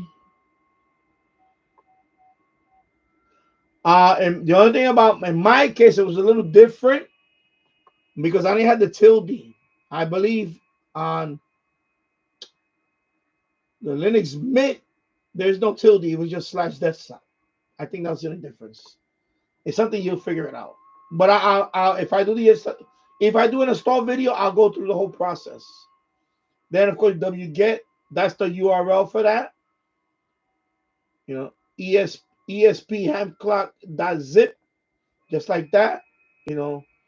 is uppercase and lowercase. You have to with Linux or Unix base. You have to put the exact right. You cannot put all lowercase or it's not the same file. Okay, if I remember correctly, you have to put exactly like the way it is. That's why I just say copy and paste. When you do terminal, just copy, and then when you go to terminal, you right click and just paste it in there. That's all you do is, that's what I did instead of typing all this stuff. And then you're gonna see this step. Then you're gonna unzip the file. Then you're gonna change directory to the Hamclock directory. You're gonna change directory to the Hamclock directory. And then this is this is what I wanted to show you. Now I remember now. There's only three. Please note, there's only three resolutions you can pick on Hamclock. This is the lowest one, 800 by 480. When I did that one, it was too small. Even on the server behind me, it was too small. But I didn't want to use it for the server. I wanted to display here on the Vizio. So this one was too small. So I had to go with the 1600 by 960. That's the one that worked for me. Okay. Now, of course, if I want to run this on my 55-inch, right, 4K screen, I'm probably going to go with the 3200 1920, and that'll cover the whole 55-inch TV. Otherwise, you're gonna have some big black bars next to it. It's not gonna look right. Okay, and that's what I did. Initially I did this one. When you want to change it to another resolution, you have to run this command again. You have to go through to this prompt. You have to go to this directory. So right now you try it out with this one, right? But this one's not gonna work for most people unless you have a small screen. Small screen.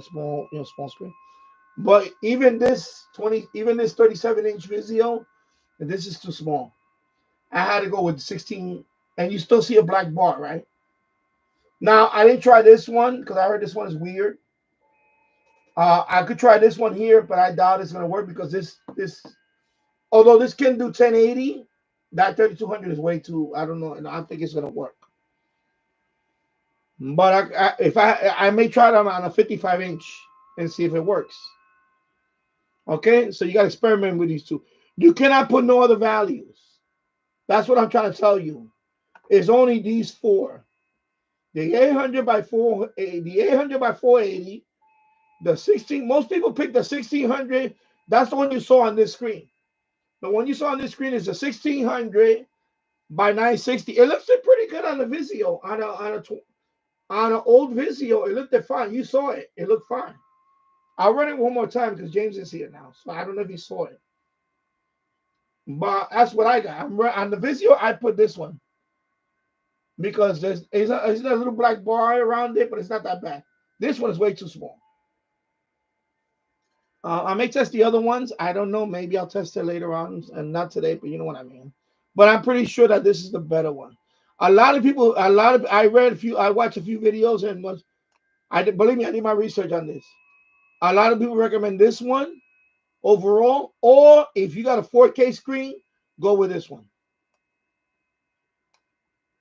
If you got a 4K screen, if you got a 55-inch or whatever, like I have in the next room, I'm gonna try this one. But for the Vizio, this one works fine. Okay, and then once you do that, then you have to run it, and that's it. And it looks like this. You saw the setup. It looks like this, and then boom, boom, boom. You go through all this. This is inside. On my computer behind me, this is the way it looks inside.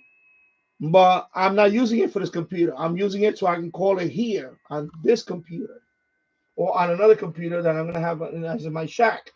I put the URL for that one, and that's it. That's how I did. So this is the what do you call this? And this is a step to auto running. See how to auto start it on Ubuntu. I didn't do this step. I actually had to do something else because I'm using a Linux Mint machine. So I didn't use this step. I had to do some on my own step.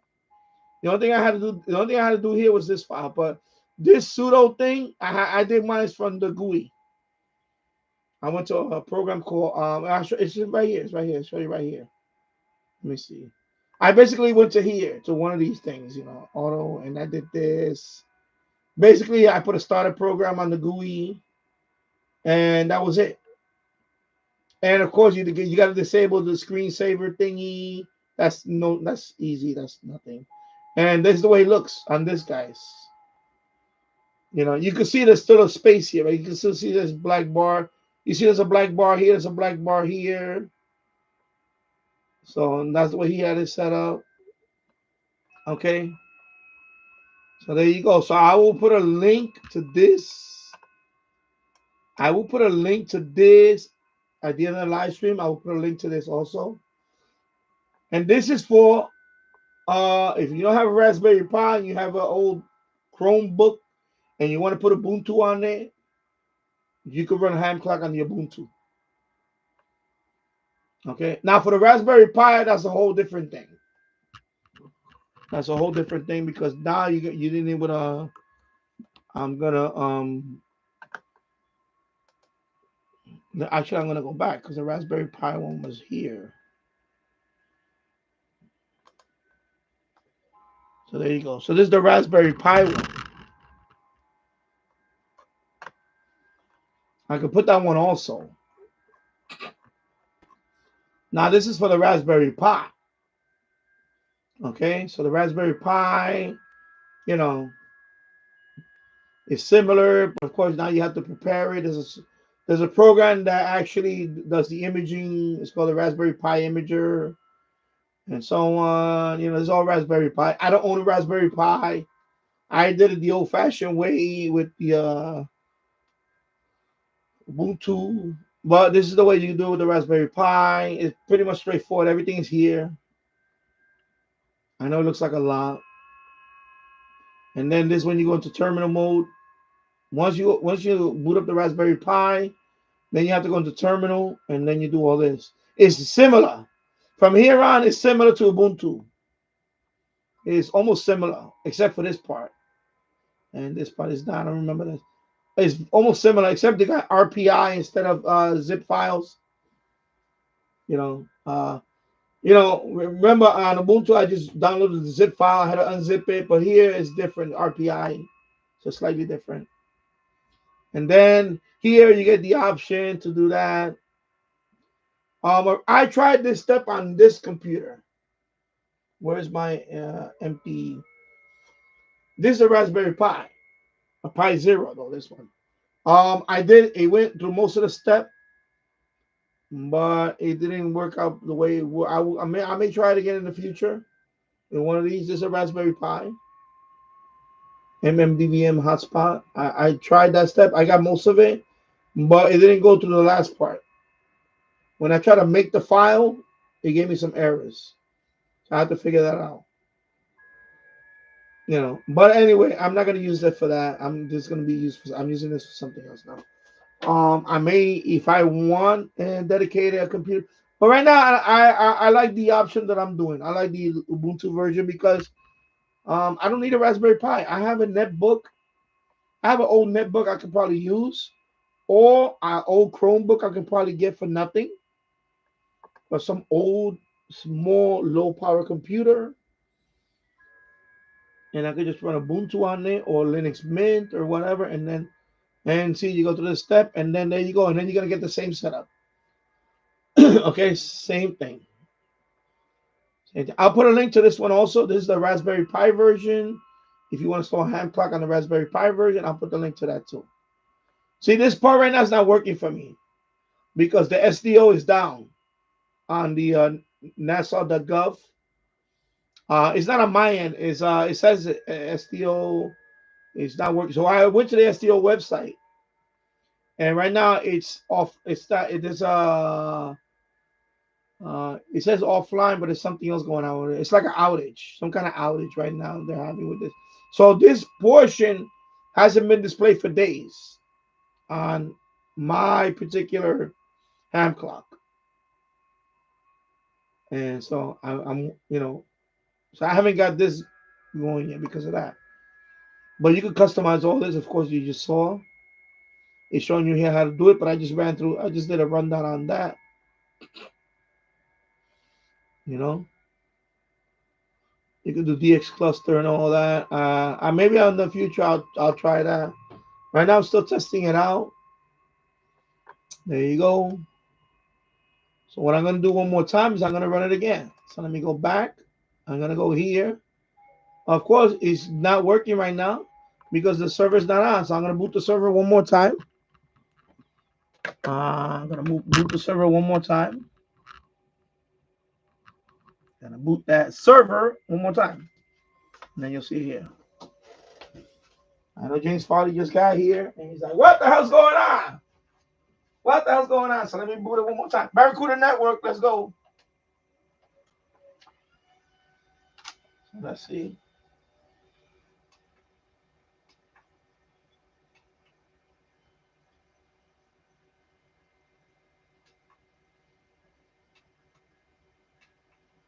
So this one. Wait a minute. What's that one? Yeah. Linux Mint. There you go. So I'm booting up Linux Mint again.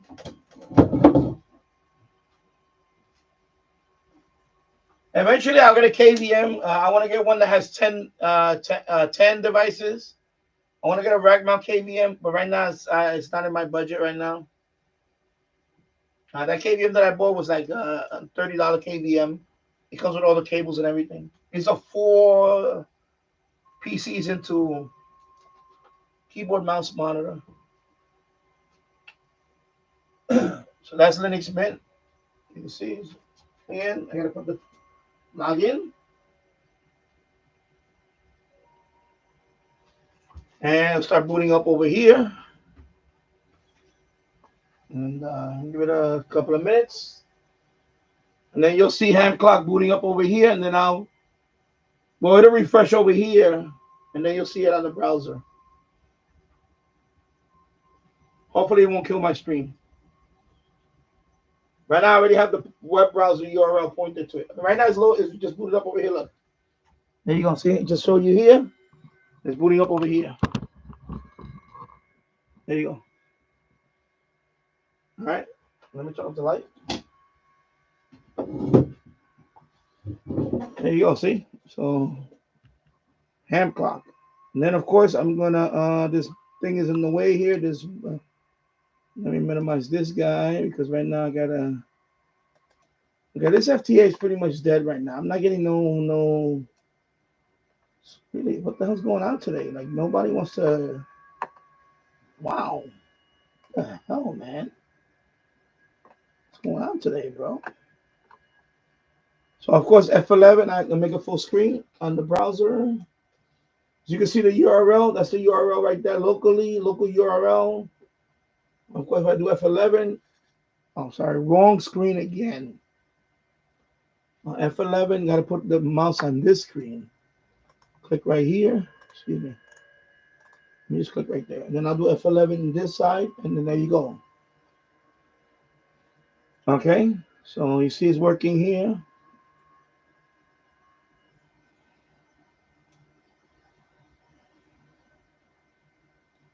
Yeah, I was doing some 10, I wasn't doing a lot. I was doing some 10 meters yesterday. Maybe like 10 contacts. I forgot what it was.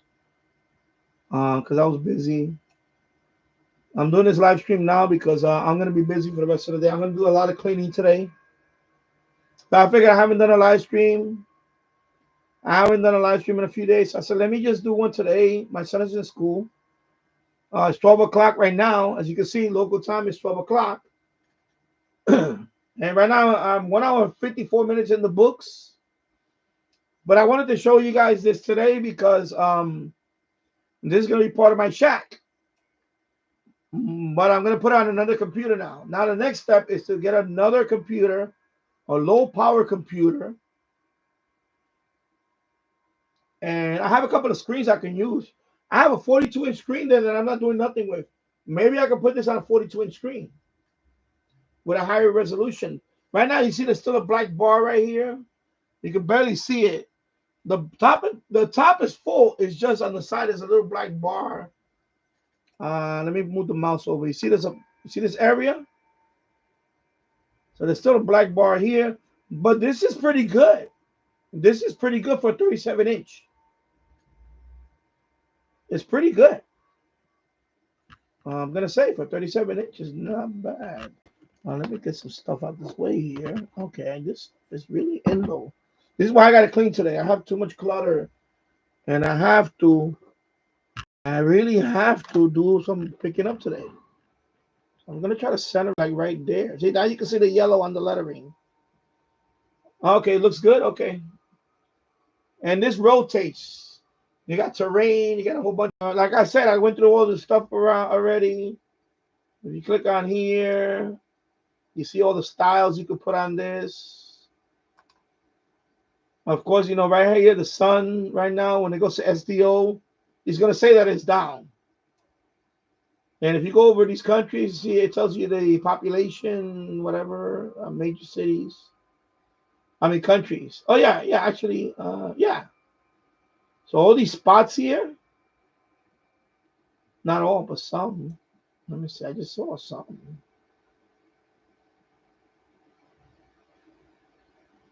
See, of course, that's where I'm at right now. I'm here. I'm here, of course.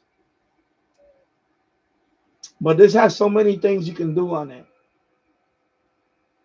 And of course, there's an RSS feed you can enable right here. So if you want to get any news headlines, you put that here. So let me go to terrain. So you could put like, let me see. I don't know what tropics does. Let me see. What's tropics? Grid tropics. Let me see what tropics is. Oh, it's just a tropic. Tropic of this and a tropic of so you got the tropic zones. Okay, that's what that does. Okay, so big deal. Okay, well, okay. Latitude and longitude. Okay, that's latitude and longitude. Okay, and then you have Maidenhead.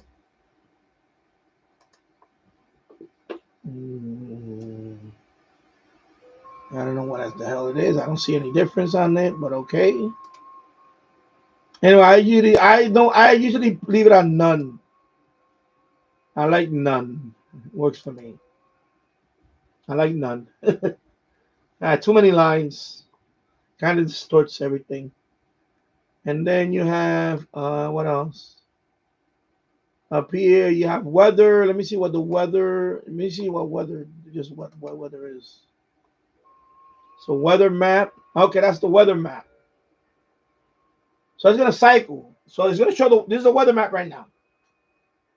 So as you can see, is some areas is hot. This hot. The temperature, right? Hot. It's colder up here, right? You can tell by the colors. Definitely hot in the south.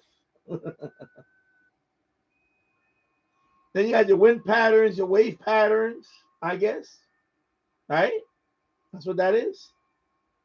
It's going to change. It cycles through all of them. As you can see, the moon, half moon right now is a half moon.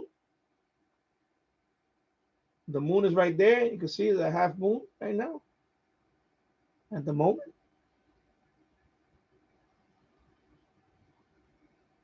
Waiting for the pattern to switch. I don't think it stays like that. I think it switches. They do cycle. I'll give it a few minutes.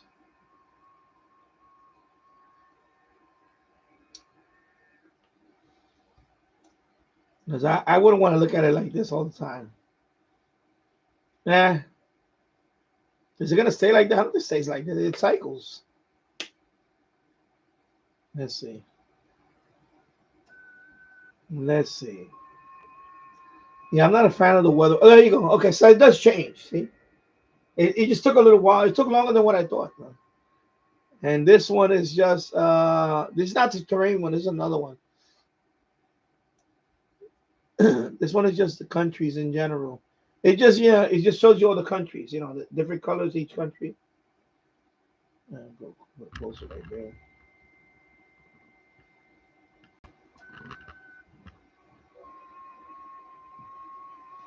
know the camera doesn't do justice. It's actually a lot sharper. When you look at it live, it's a lot sharper. This webcam doesn't do justice for it right now. Of course, you got your space weather over here. Some of it shows over here. I have different things cycling over here. Right here is going to show the live spots, like all this stuff here. Show here. You know.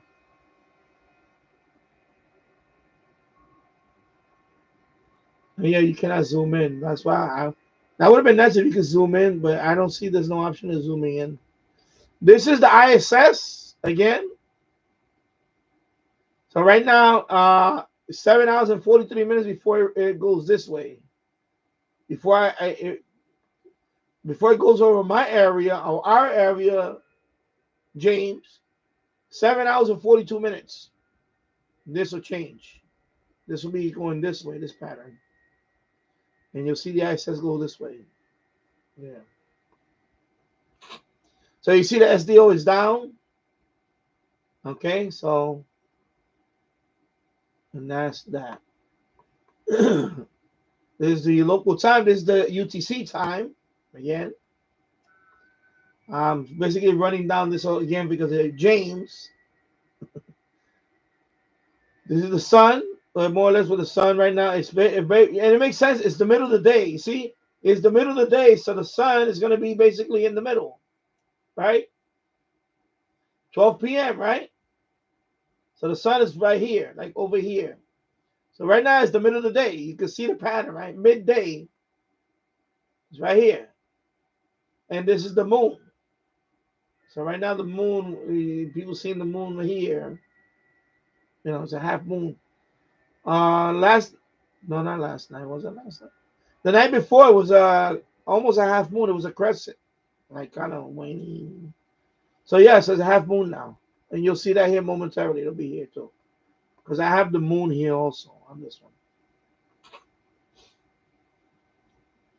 But like I said, you can download this for free, install it on an old computer.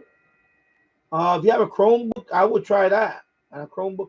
And now you see the space, not space, but the weather. This is the weather pattern.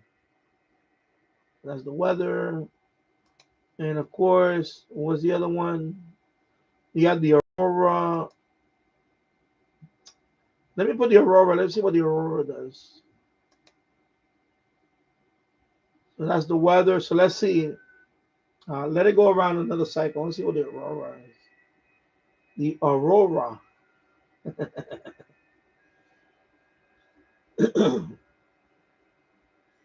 So 2 hours and 3 minutes in the books. Thank you for watching. And so if you want to see me and make an installation video on all this, let me know in the comments. Let me know in the comments, and I'll see if I can make a video of all this. You know, in terms of installing it. I'm gonna get a good overall view right here of this webcam doesn't do justice. So this is a 37-inch screen. This is an old Vizio screen. N2COD, welcome, and hope you're having a good day. Excellent overview demonstration of the app, Danny. Thank you. I appreciate that. That's what I'm trying to do here. I know people got videos, they show boom, boom, real quick, 5-minute video, 10-minute video. No, I'm going to spend an hour on this because I want to cover every little thing about it. You know, I want people to really say, wow, this guy really covered everything on this. So you don't have to put the ISS here. You can put something else here. Right now, you can change SAT right here. See what it says change SAT? If I click on OK, it's going to bring this up. So I put the ISS. You can put anything else. You can put anything here you want. Okay? I just selected the ISS. Okay? You can put NOAA 15, NOAA 18, Geo. Right? Is that Geo? Go. I think that's Geo. Anyway, you can put whatever you want. But I only put ISS. Okay? So, you know, remember, you can put, or you can put none. Okay? And then over here, of course, I have the local time. Let me see. Can you do? Yeah. So right now I have the local time. I have a 12-hour format that I put. You can put an analog clock, but it looks kind of cheesy. I like the digital clock. I like that digital clock setup. Over here, of course, I have the DEWX. That's the local weather. So DE means local. When you see DE and DX, DX is not local, obviously. DE is local. So that's my QTH time. 12:13 p.m. You can see UTC -5. So DE means local. I could put a DX time here. By default, it has a DX time here. But in other words, you can put another time zone. Maybe I could put London time here, whatever, which is probably the same thing as UTC anyway. Excuse me. I just burped. Sorry about that.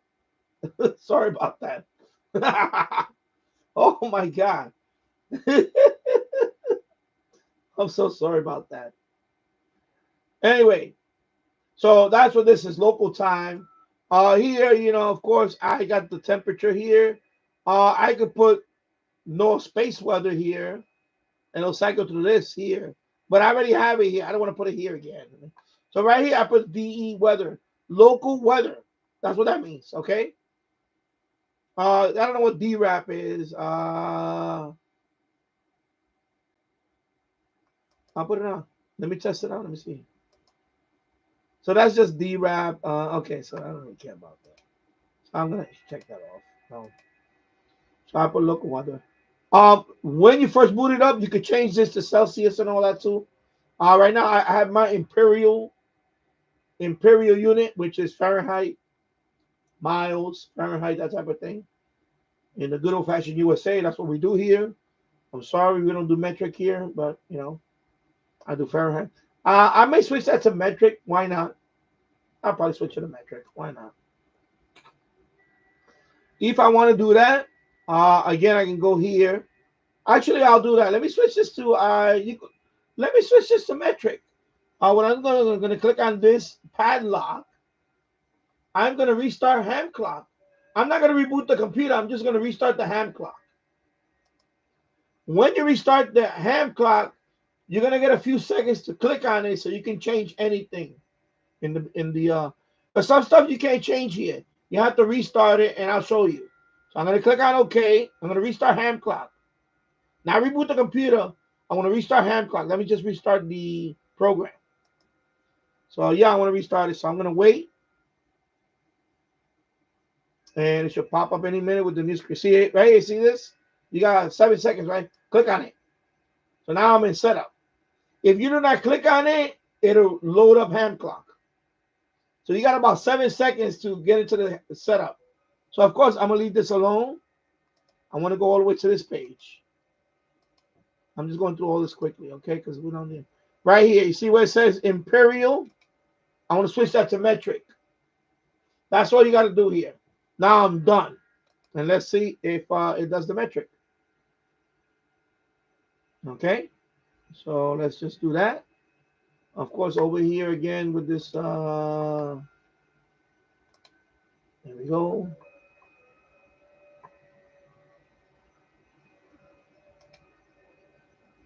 And there you go. See? -2 Celsius. There you go. All right.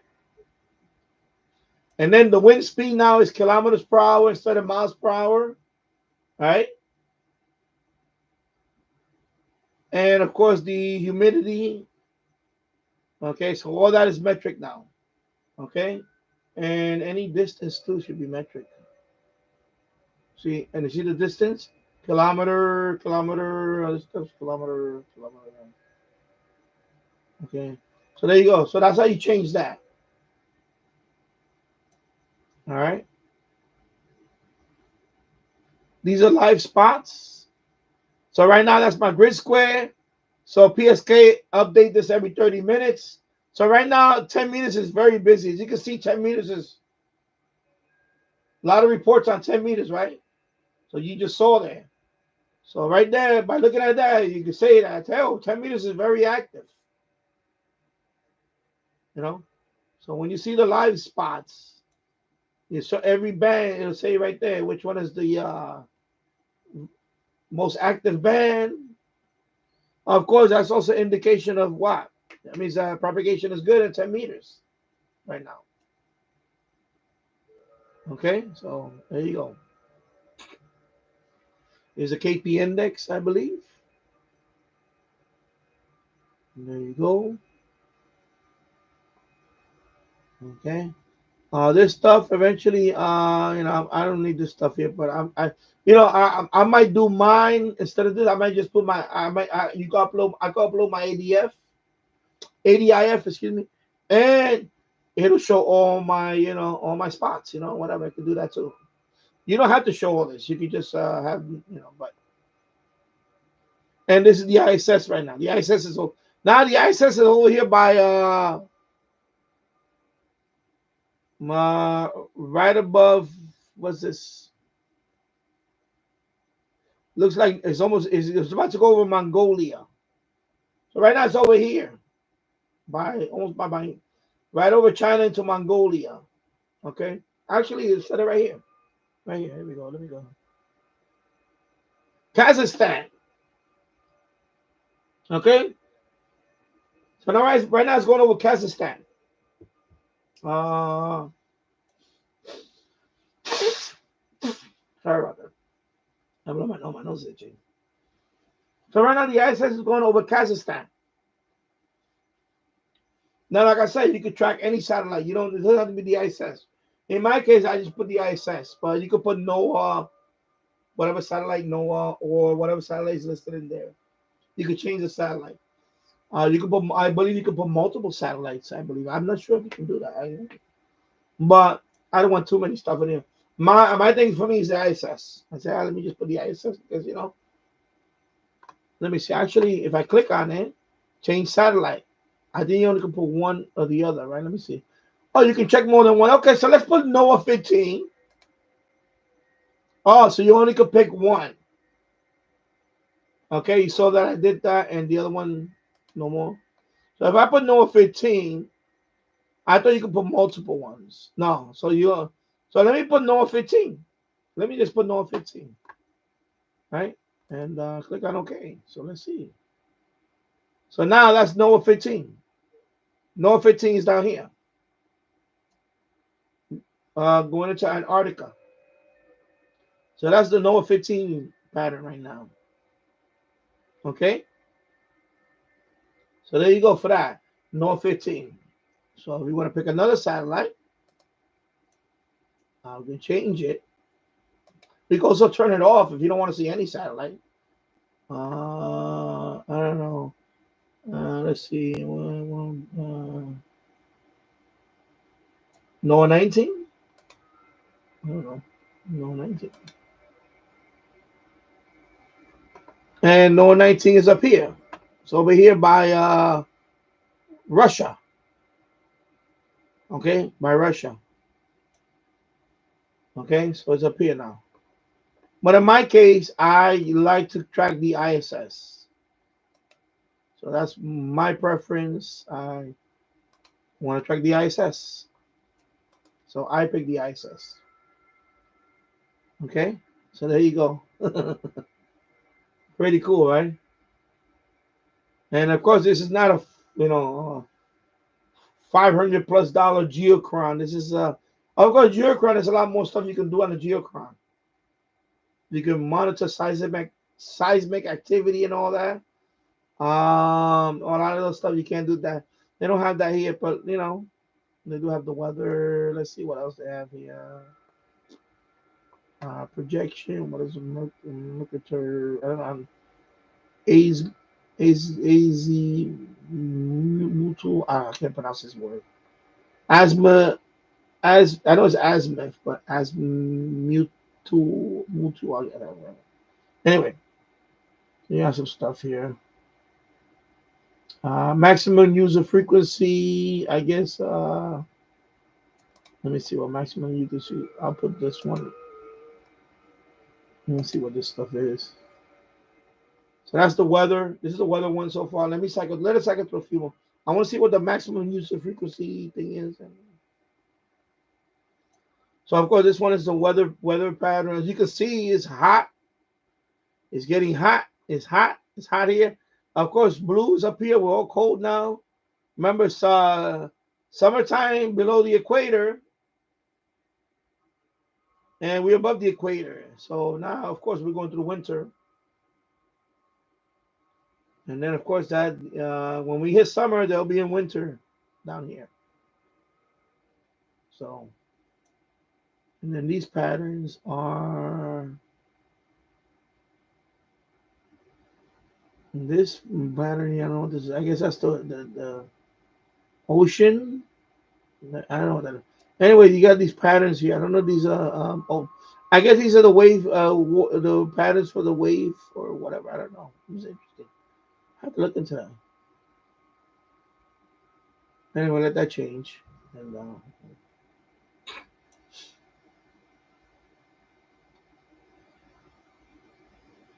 we'll wait a couple of minutes or so, and then let that change. Of course, you see now everything's metric. So CPU temperature, you just show it up here. That's the server. That's not this computer. That's a server. So it's 27 degrees centigrade right now. My server that's running this. Okay, remember that's a server that's running this thing. So you don't have to have this on your local computer. You can have this on another. You can run it on an old computer. You know, a computer that you're not using for anything. An old Dell, whatever you have. You know, one of those old. If you're about to throw it away, why not repurpose it and use it for this guy? You know, you can do that too. You know. I'm gonna look for one of my. I'm gonna try the netbook first because I really want to use the netbook. I want to repurpose my netbook. And then my netbook has my netbook has an HDMI port, so I could probably plug it in directly to a screen. One of my other screens, I could just plug it in because it has HDMI port. The netbook, so it's not that old. I mean, it has an HDMI port, has a VGA port and an HDMI port, which is pretty cool. I was like, wow. So I could plug it into one of those things. Now, of course, you see the moon there. I got the moon here. Right now, this who's on the air right now. So as you can see, a bunch of what was this? 20, yeah, 20 meters. Of course, you got your 10 meter right here. That's your aurora.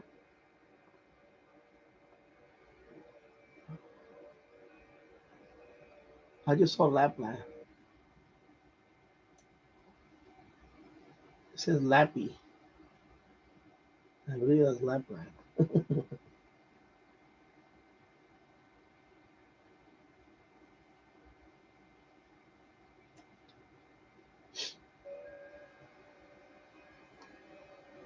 And then let me see what else I wanted to do. Before I let me see what contest. Let me see what a contest is. Let's see what contest is. So that's gonna cycle that one. Let me see what I want to see what the contest is. I know they get their sources from the RSS feed.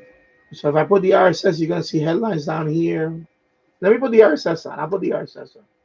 RSS right here, and that's going to give you the headlines right here, the RSS. So you can look at the headlines. All right, so you got headlines there. So those goes to different articles. I don't want to click on it because I don't want to put up another tab and then kill the stream. But you can click on these. They're clickable. If I click on it, it's going to open up another tab to this article. Okay? So, good afternoon, Tasso and everyone. I'm from Frigid, New York. Yeah, I'm about to drive home. So I'll be listening. Hope all is well, my friend. Yeah, I hope everything's well with you. Stay warm. Stay warm, be careful, and also yeah, I know it sucks about the congestion pricing thing. Well, I don't think you're driving into Manhattan. I think you're just driving around in Queens, right? You're going home to Queens, so you're away from the congestion zone. What a disgrace that is, the congestion zone. Oh yeah, yeah. So as you can see, the articles there scrolling by. Argentina, Guatemala. So it says DX News. That means that right now Guatemala, of course, is a call sign that you might want to look into. I already tried to contact this Guatemala the other day. This one I made contact with a few months ago, so I got a confirmed contact of the Greenland on FT8 on 10. So I definitely got Greenland. Pretty cool. Dominica, I did make contact with Dominica recently. I made another contact a few days ago with Dominica again, and it was confirmed. So I got Dominica on FT4 and on FT8 on 10 meters. So I did get Dominica. So this tells you to look out for this stuff. I gotta look out for these call signs. See, so these little nuggets of information is pretty cool. It's telling you that they announced whether there's an event or the expedition. This dxnews.com tells you all this. So right now it's on my, and right here, see the contest just came up. Look at the contest. So if you want to know our contest, here it is. So all these new stuff you can get here too.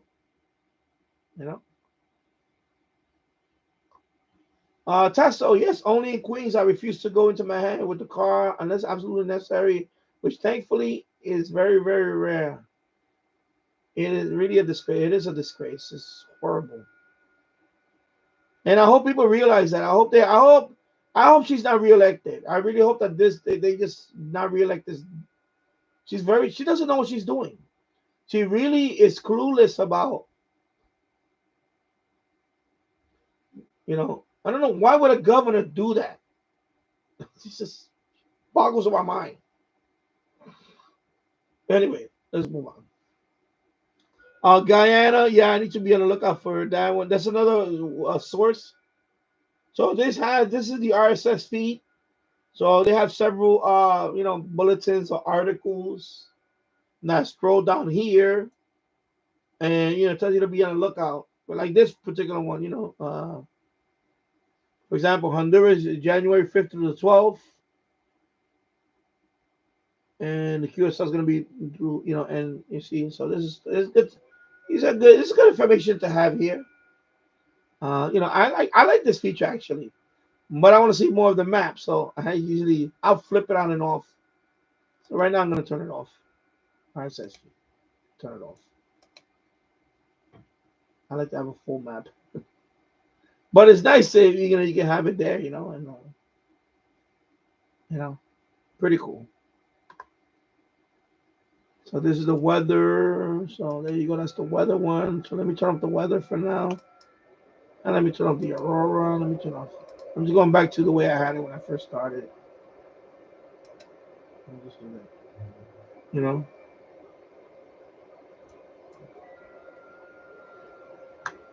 And again, you can change the color here, the background here, if you want to change that.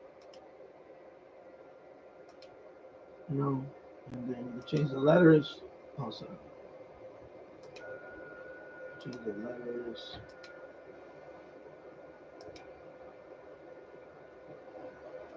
Yeah, Christmas look. Holidays are over, but it's customizable and all that. Let's see what else here. CPU temperature, I guess. Well, I click on that, tell me. Okay. So this is CPU temperature. There you go. Okay. Monitor my CPU temperature there. Pretty cool. Stopwatch here. Okay, so let me just exit that. So they have a stopwatch. So you have a countdown right here, stopwatch. I just clicked on it. I'm just You know, I just play around with this. So this stuff right here, UTC. Can you change anything here? No, no, I don't change anything here. Okay, this is UTC. Uh, that's DE format, that's local format. So, for example, if you want to put a simple analog clock, you can do that. If you want to do that, or calendar,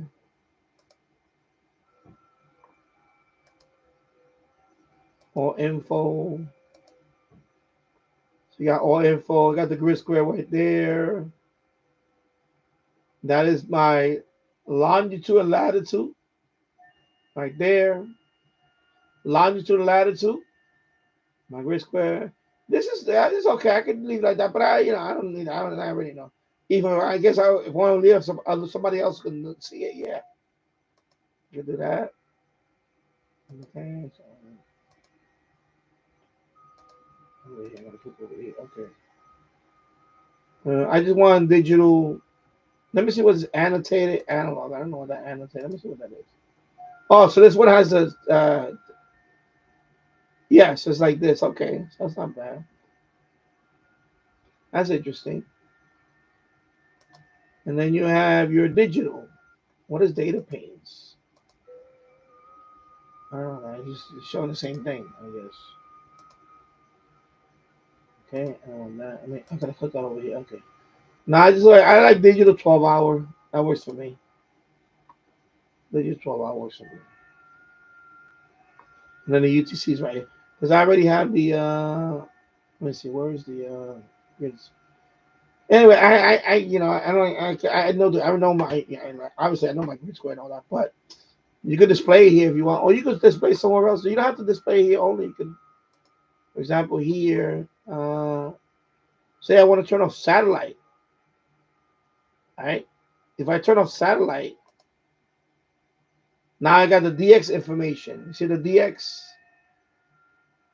So I can put whatever location I want to put here. Right. I can put whatever which one I want to monitor. Whatever. You can put I believe you can put a city or whatever.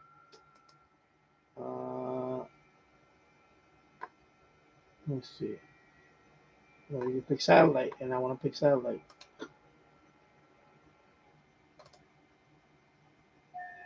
You go back to satellite. See? Do that. Then over here, you can put a space weather. Space weather is I don't like the way it looks. It's just this. Just as a just what is this? I don't like this. So I'm not a fan of that.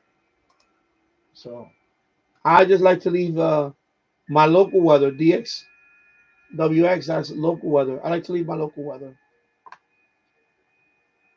Okay, and then over here, of course, you have all of this you can do. You know, these are the ones. Of course, contests. I'll leave contests for that. I'll leave it. That's fine. And then over here, you have the. Yeah, I like to leave all. I don't care for the normal space weather here. I have space weather here already. DX weather. That's the one you can see here, and then the D. Right. So these are the ones I'm interested. Although the SDO is not working now because, like I said, it's down on their website, on the NASA website. So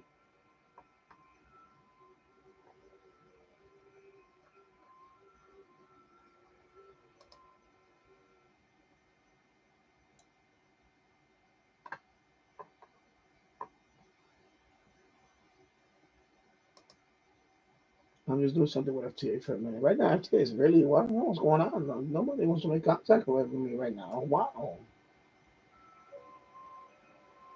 So there you go. So as you can see, I got this up and running with Linux Mint, and this is the Ubuntu version of it. Let me do F11 so I can get it off. Wrong screen. Let me do F11 on this one. So there you go. So of course, right now I'm running on another computer behind me, and this is a URL. Now, of course, in your case, your URL is going to be different. This is a local URL for my computer, but your URL is going to be different. Or if you have a host name, whatever host name you give that computer. In my case, it's just I just put my IP address for that one. It's going to be port 8081 slash live.html. And right now, I'm going to shut it off from here. So I'm going to click.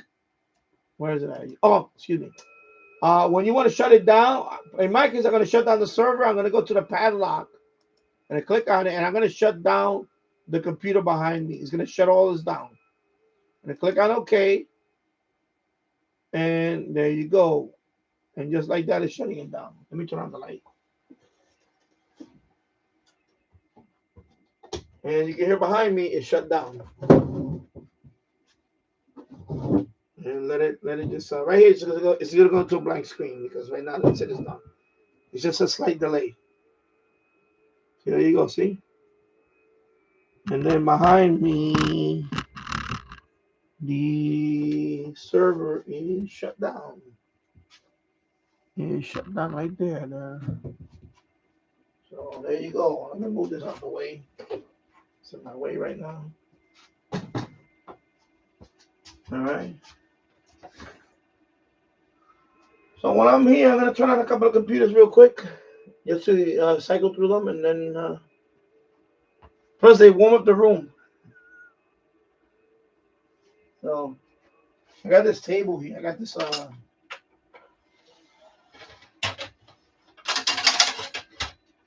keep my keyboard.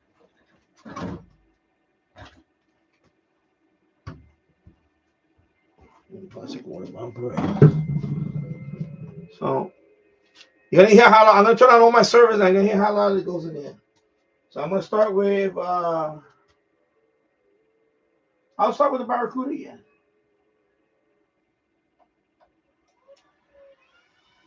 I'm gonna go one by one. Let's start over.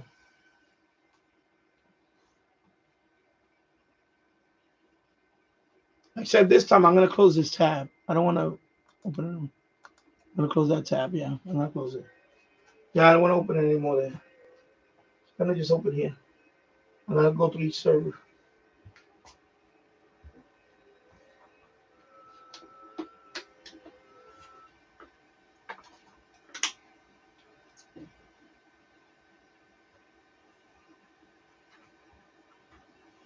Then we'll just stay over here.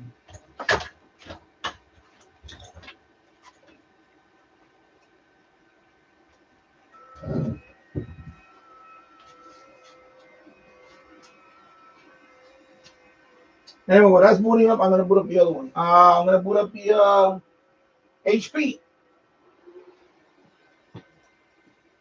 server.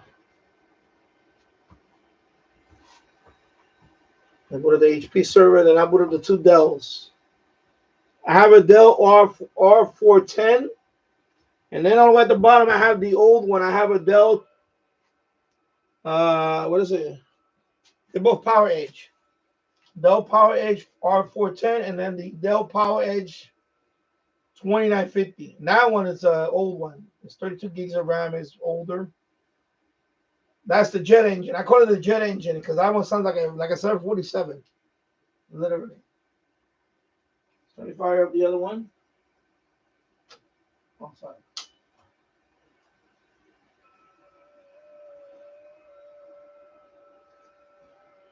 Then I'm going to cycle through them and I'll log into each one of them.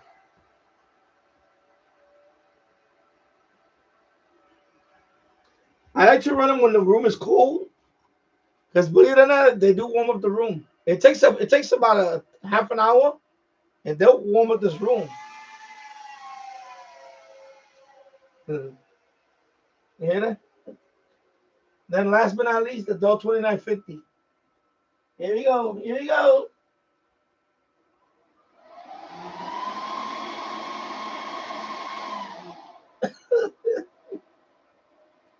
All right, I'm gonna wait till all of them, and then I'll go through all of them.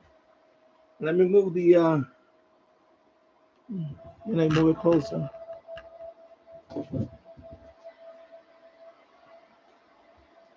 That's the 2950.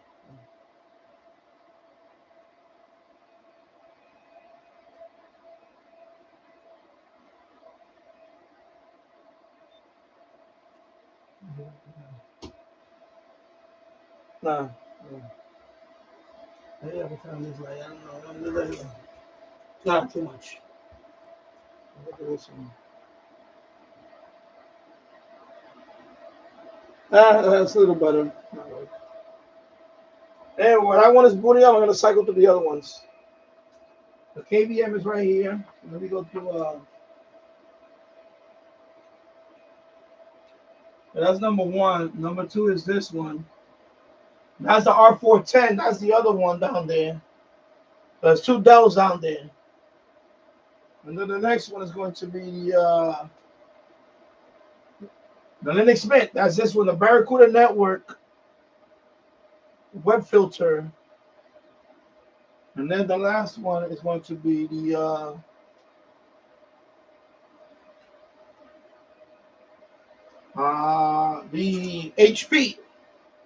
HP Pro Lion. And I'm gonna boot that one first. The others are running Windows 10 for now.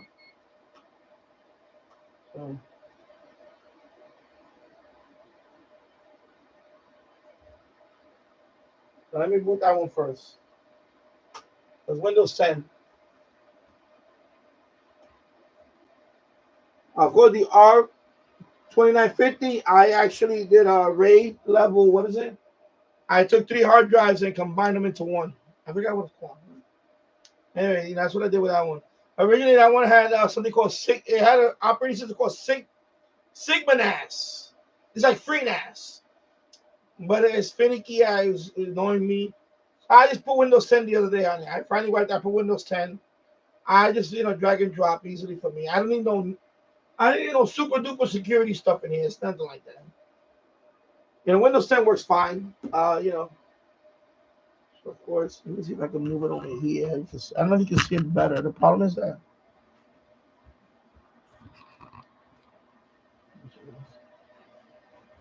I wish I could move this closer. Let me see if I can get this closer. Problem is I can't get this too close. Yeah, I can't see it that well. Anyway, it's just Windows 10 desktop. So press enter, just type in my.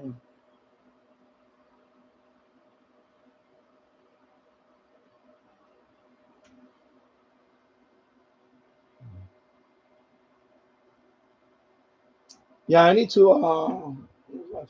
Maybe you can see it better. No, the problem is this webcam is too far away.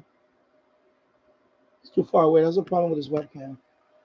And this cord is not long enough to do any justice looking at it visually. It's unfortunate, but this webcam is not the best webcam. Anyway, so that's that one. That's just a Windows 10 desktop. I'm gonna go to the other one. I'm gonna let it run for a few hours because I'm just gonna do my so the next one is gonna be the Linux Mint. So of course the Linux Mint, you already saw that one.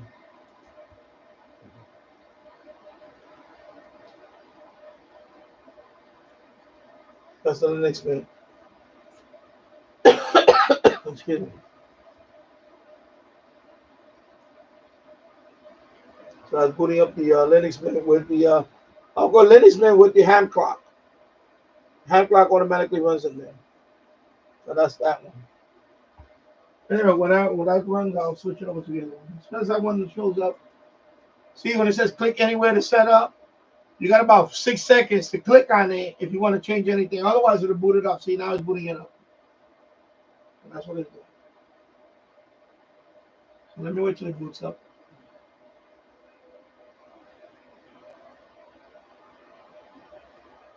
And there you go. That's Hamclock. Of course, you see here it's big because I customized. I put the resolution for that screen on this one because I don't care about here displaying that. I wanted to show it on that one. That's why it looks like cut off halfway. If I put 800 by 600, it'll fit in here. But I don't want that. I wanted to put the 1600 by 960, whatever it is. I can show it over there. That's why I have it like. That's why it looks like this. Okay, so that's why. Keep that in mind.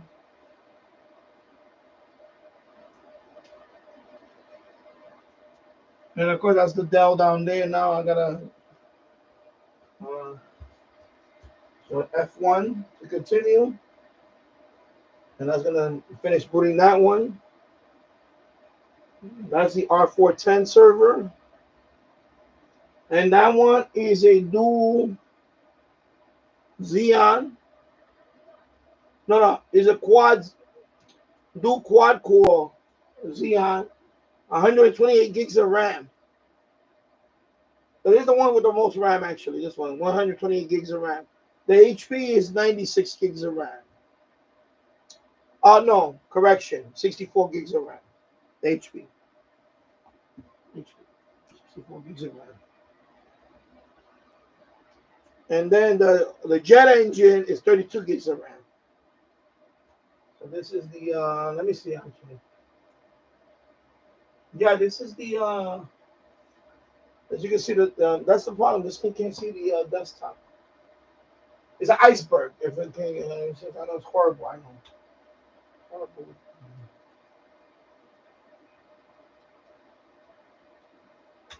All right, next time I shoot this, I'm going to put the extension. I have a USB extension. I'm going to have it right here next time. I'll put the USB extension right here. I have it in. I've done it before with the USB extension. I went all the way back here. So I should have done that, but. So this one is, I'm telling you, this camera doesn't do any justice. So the wallpaper is like a server. It looks like a server rack. That's the wallpaper. So that's also Windows 10. That's what that is, Windows 10. Okay. And this one, sorry. I know. Let me just put it. Oh, this thing popping up. No, I don't care about the end of Windows 10. Remind me later, whatever. Who cares? Let me check the system on this one. This is the. Let me see. I forgot what this is. Okay, system. About. Yeah, so this is the yeah. So that's R410. Yeah, Intel Xeon CPU, E5 E5620, running at 2.4 gigahertz. Two processors. So they're both two quad core processors, and 120 gigs of RAM. So that's what that was. That's what I had to check. All right, so there you go for that one. Let me wrong. There you go. Okay, next one. Let me switch. Now the jet engine. I believe the jet engine. Is it the jet engine or the other?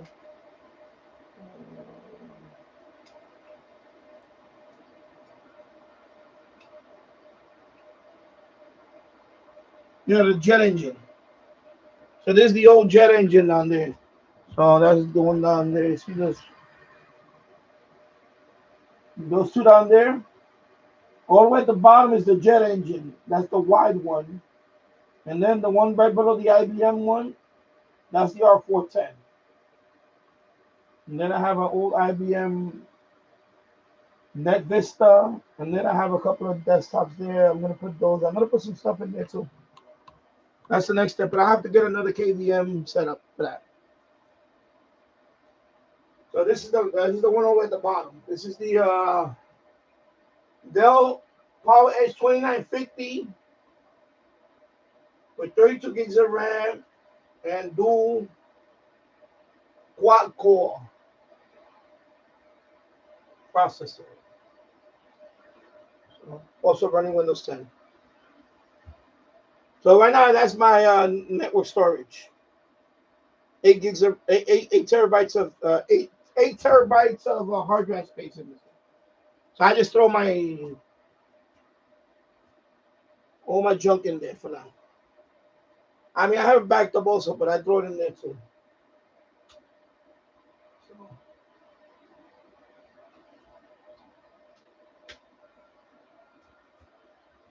and there you go. Desktop for that one. That's the desktop for that one. You see the guy swimming. So there you go. And then future plans. Of course, future plans. And let me go a little bit down. Future plan. I have this Sophos right here. This Sophos. There's a Sophos. I'm gonna throw something in there. I don't know why yet. It's okay. It's a Pentium. Actually, it's a Pentium. It's a Pentium Dual. Whatever. It's an older one. I could throw some kind of whatever. I don't know. I'm actually thinking about using this one for radio station. Now over here I have the Talking House. It's right in here. In this top of this thing. The Talking House AM transmitter is right here. So I want to do a radio station. So the Talking House is right in there. You can't see it because it's dark.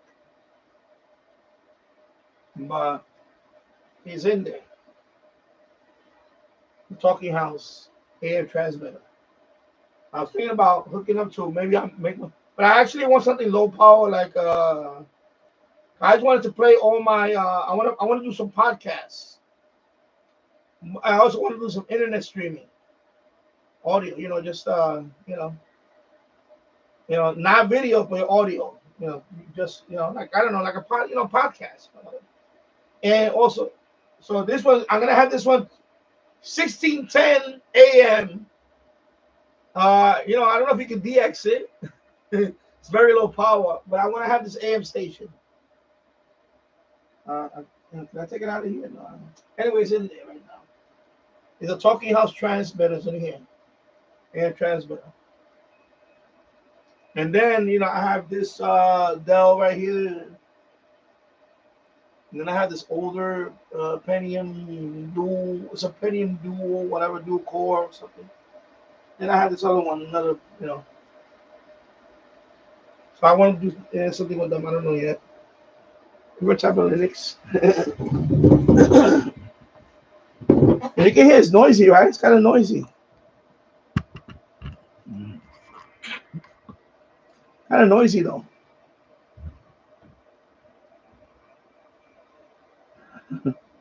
And of course, I get that monitor. That's a TV. That's a Westinghouse TV that I found in the trash a few years back. It's actually a TV. So I could switch it to, hey, I want to watch some television. I want to watch some TV.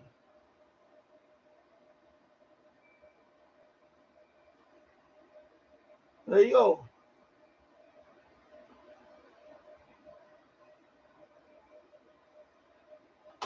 Eyewitness News.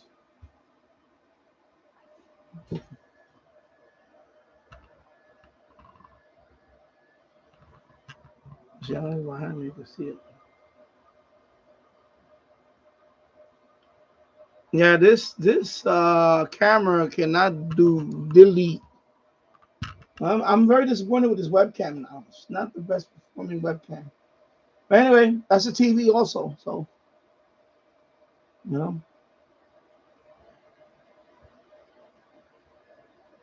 it's just this webcam right now. It just doesn't do any justice right now. Let me move this webcam over here so it can be over my shoulder like this, and be like that, and then the focus.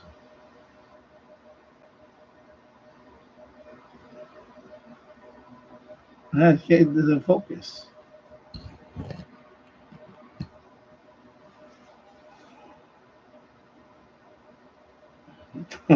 God damn it. Gotta go like this. This always works for me. Okay, now go back over here, and there you go. Better. Hopefully, they don't shut my live stream because of this TV. Of course, I got the volume down, so eyewitness news. And I can change it right here. Now I want to hook up to my FM loop. FM loop antenna. It's a TV. It's really an FM loop antenna. It's on the roof. Or the RV TV antenna. They also call it an RV antenna. So if I change the channel.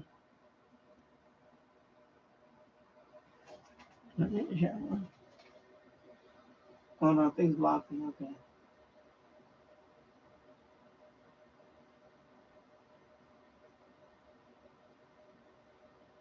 Let me try. Let's see. Let me put on Crime Network. Usually the best. I should put the cartoon channel. Cartoon. Was that Tassel cartoon? Was it Toons channel?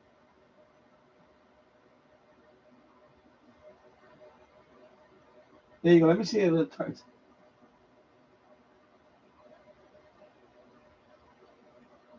Yeah, right now signal's not that good right now.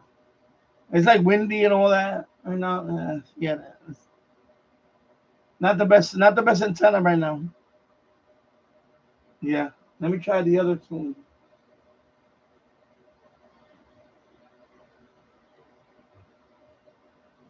Let me try this one. Let's see. Oh, this one it works better. You can't see it too well though. It's like the.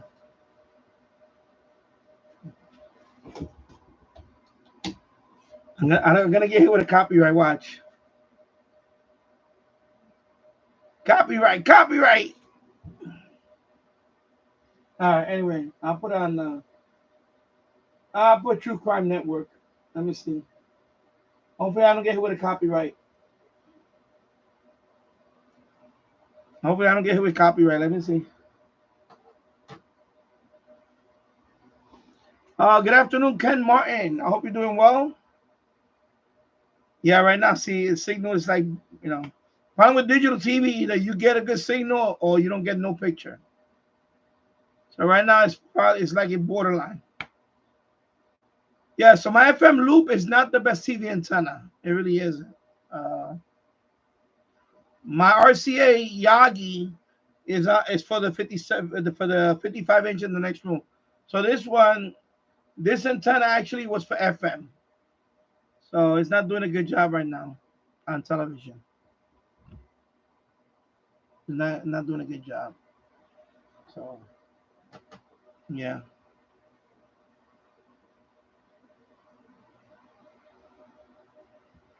See, now it's trying to show. See now either you get it or you don't get it. That's a problem with digital TV.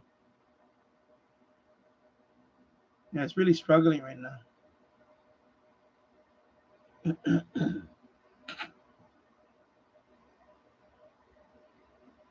Yeah, see, it's really struggling. Wow.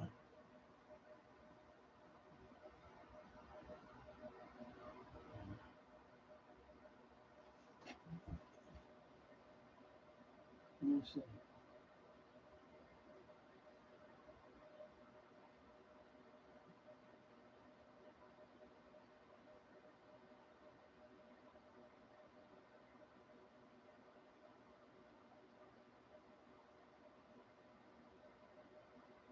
Yeah, it's really struggling. Wow. Holy. Normally some of these channels I know I get it really good, but right now it's really struggling with the FM loop. Eventually I'm gonna have a dedicated antenna, but right now this is not even gonna be the final setup. Because the next step now is to build was to clear this out and to put the standing desk in here. I gotta build it in here because it's heavy. And then probably mount that 55 inch over here. Yeah, I could try to clear stream, but I want to put it on the roof. I don't want. I'm not indoor. No, Yeah, but I can't go on the roof now. It's too cold. Now I have to wait for spring. Now it's too cold. I can't go on the roof now. It's too cold. It's too cold, and yeah, I don't want to take no risk. So anyway, back to VGA. VGA.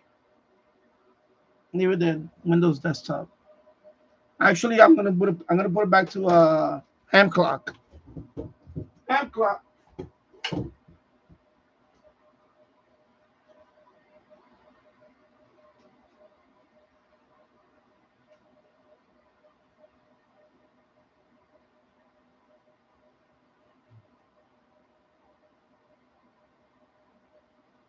Of course, it went to if you don't do anything, it Linux man.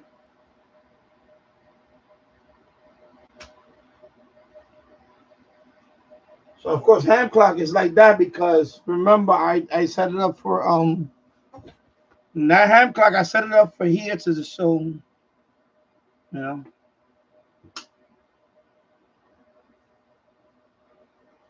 So you see how it looks there because that one I put the screen bigger so I can see it here. When you set up Hamclock for another screen, use that resolution for that screen. I put 800, 600, 800 by 600 will fit here, but you don't want that because in here it's gonna look like this small. It's gonna be like in the middle. And you're gonna have a lot of black space around it. That's why it looks like that. So I'll show you. So you see right now, this is what I have, right? So once I put the URL for the Hamclock, boom. You see? It shows it like that. And that's what you want. You want the of course right now it's not full screen. You see a lot of black bar next to it. So of course there's two things going on here. One, my FTA is telling me that my thing needs to be nudge.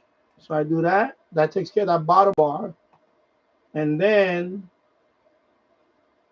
I go here and then I do excuse me.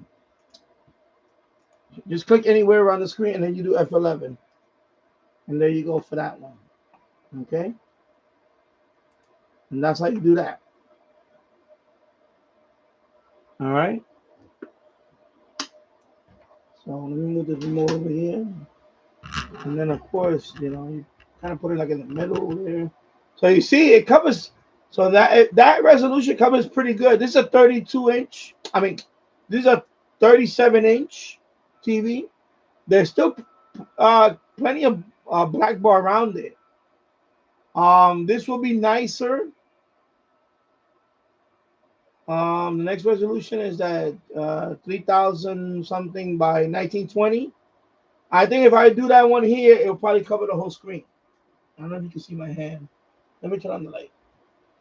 You can see my hand right here. See, this is the so you see all that black bar space is still in there. So,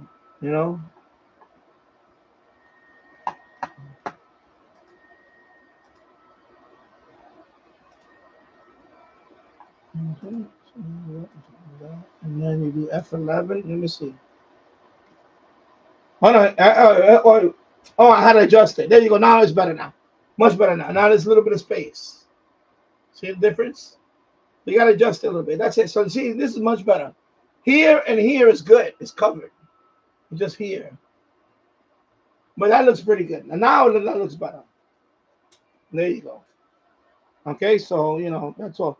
So for this TV screen right here, 37-inch, 1600 by 960, you'll get this screen. If you're using a 55-inch 4K, this one won't work pretty good too. From what other people told me on videos that I seen, or you go with the 3000 by 1920. That one will cover the whole screen on a 55-inch, and it's much sharper. By the way, that's the highest resolution you can do for the Hamclock. All right. And let me check the local time here. Actually, it's right here. What am I checking out here? It's right here. Duh. It's right here. Duh. So there you go.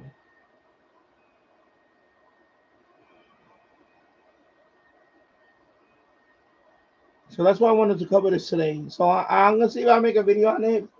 If people leave comments and they ask for it, I'll make a whole video on the installation of it and how to configure it.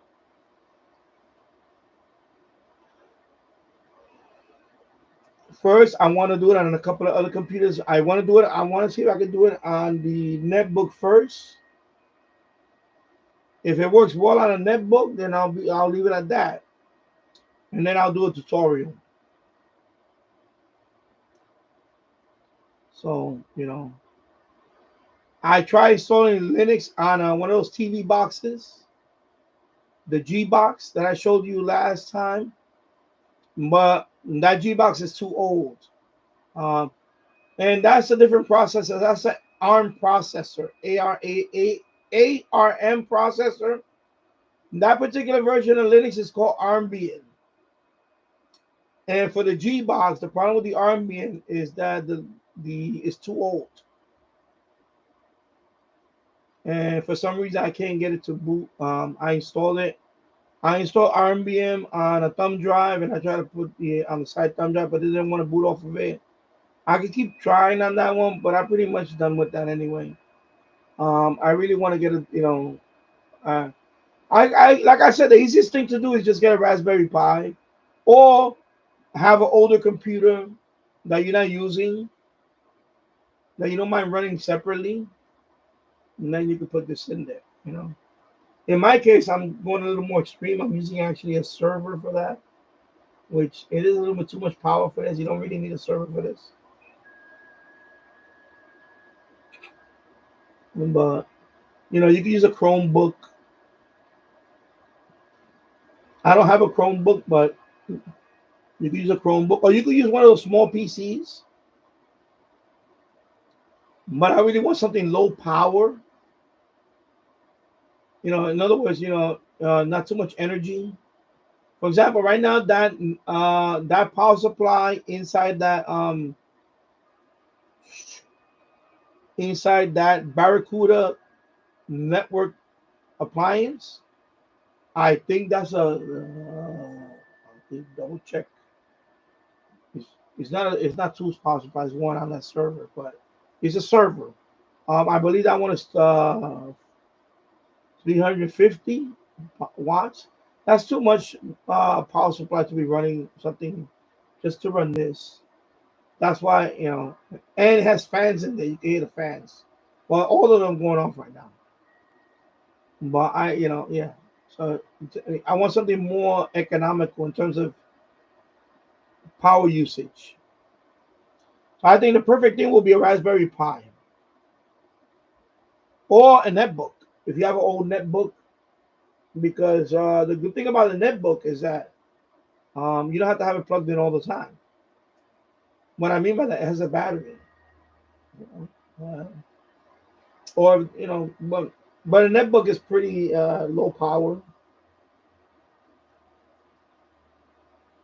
But I think the Raspberry Pi is probably the best thing to run. Or you I'm probably gonna eventually. I'll probably just get the Raspberry Pi because I don't have a dedicated Raspberry Pi. I have an old Orange Pi Zero upstairs that was from the soft IP66. I was thinking about actually refurbishing that SDR, the online SDR that I bought years ago, that I gave it a horrible review on it. Maybe I could just use the Raspberry Pi. Actually, that one's an Orange Pi Zero. Maybe I could use that to run this in there. I could try it. That one, all I have to do in that one is log into the uh log in, what they call it, SSH. So that one I have to do SSH, and I go into terminal mode. And if I have to SSH into terminal, but that one does not have a display or anything. That one is just a little SDR. You've seen them many times. I have a video on it years ago that I made. Is a black box with orange plastic sides. It has an Ethernet jack on it. It has it's not even a gigabit. It's 100 megabit Ethernet jack. That one I could probably maybe try. Maybe I'll try to install this in there. And that one I believe is a Raspberry. That is a Orange Pi Zero. Maybe I'll try that one. If that one works, I'll use that device for that. Because that one is an SDR too. That one is an SDR. It's actually an old SDR that's in there. Network SDR. You need SDR sharp to connect to it. I installed on it. I made a couple of videos on it. The problem with that one is it kept disconnecting. It's just it was annoying, and it was not reliable. Because originally I bought that one so I can put it on OpenWebRx. I wanted to put OpenWebRx and share it. I wanted to share it on their website. But that SDR was disappointing to me. And I paid about $100 for that SDR. And right now it's sitting upstairs collecting dust. I'm very disappointed with that SDR. But maybe I could repurpose that and maybe I could put this in there. And then it won't be such a loss. Total loss. My God, that's a long DX. Look at that one. Did you see that one? That one just popped up on the screen. Did you see that one? Oh my God. Can you please move away? Oh my God. Oh my God. Right here. Oh my God.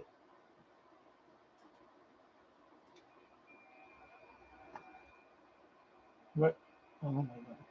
That long one right here. This one. All the way from China.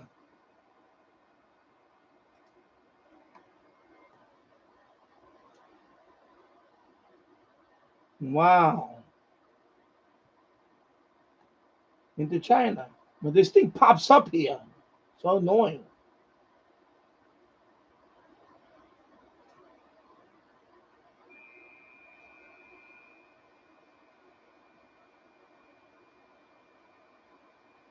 Oh my God, this thing is so annoying.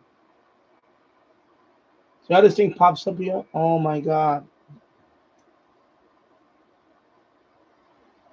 Okay, I see what I gotta do. For this one.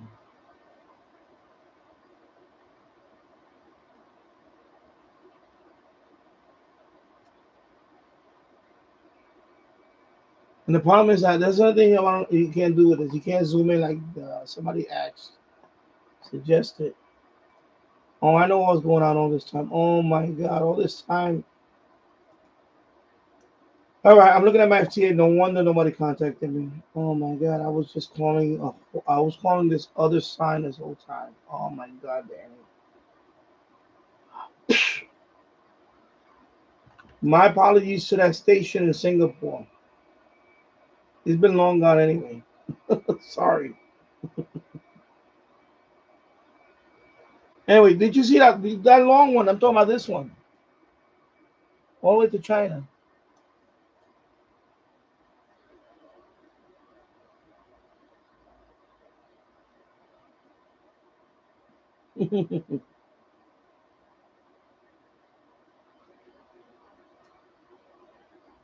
Yeah.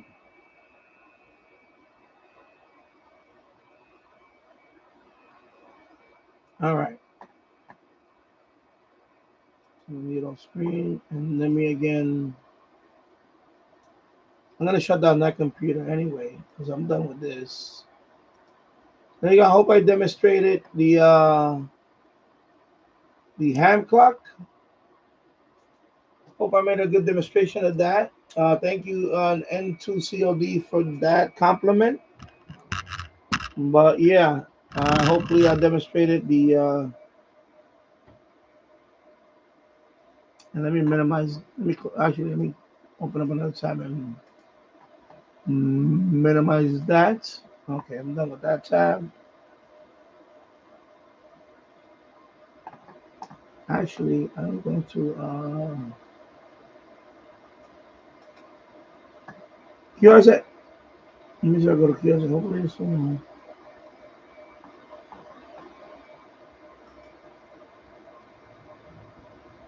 Okay.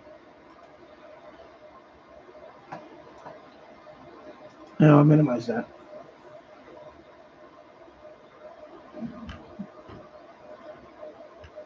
You can hear it's kind of noisy, right? It's noisy. But it's warm. It's getting warm in here now. You see, it's warming up in here. That's one thing about this server. They do warm up the room. Yeah, actually, it's getting warm in here now. It's warmer in here. This room is warmer now. And those bottom, not this one, the network, the Barracuda one doesn't get. When the two Dells are running,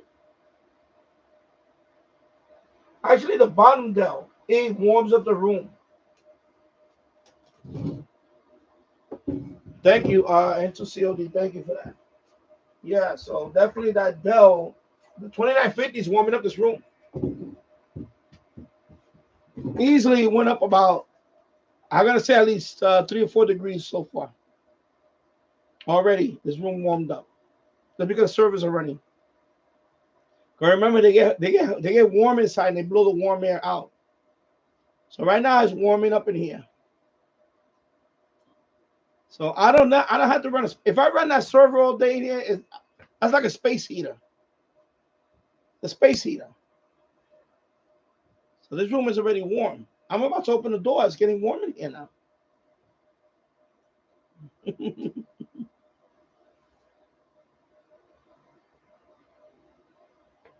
Yeah.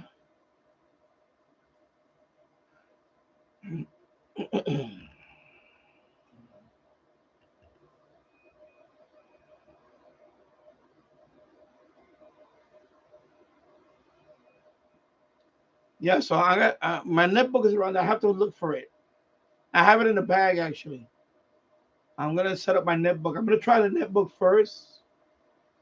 I think the Orange Pi Zero. I may try with that one.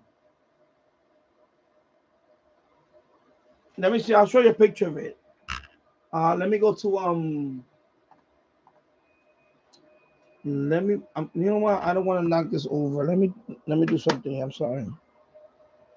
I'm gonna put this back over here, and I didn't want to do that, and I did that. I did this. Put it right here, bro. There you go, dummy. Lucky it had a little bit of water. It had a little bit of, lucky that I didn't wind up over here. I would have spilled it on my keyboard like a dumbass. Sorry. What I want to do now? Okay, I want to go to here. I'm gonna use the same tab.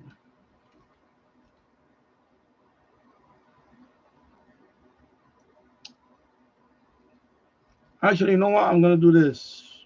I'm gonna Google it.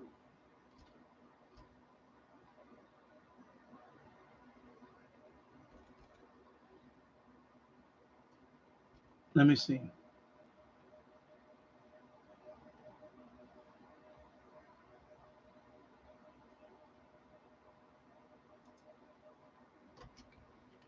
No, let me see.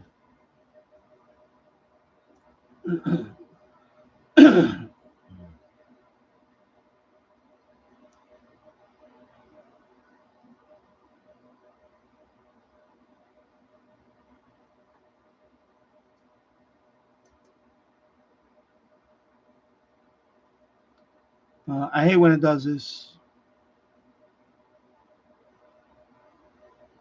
Anyway, this is it right here.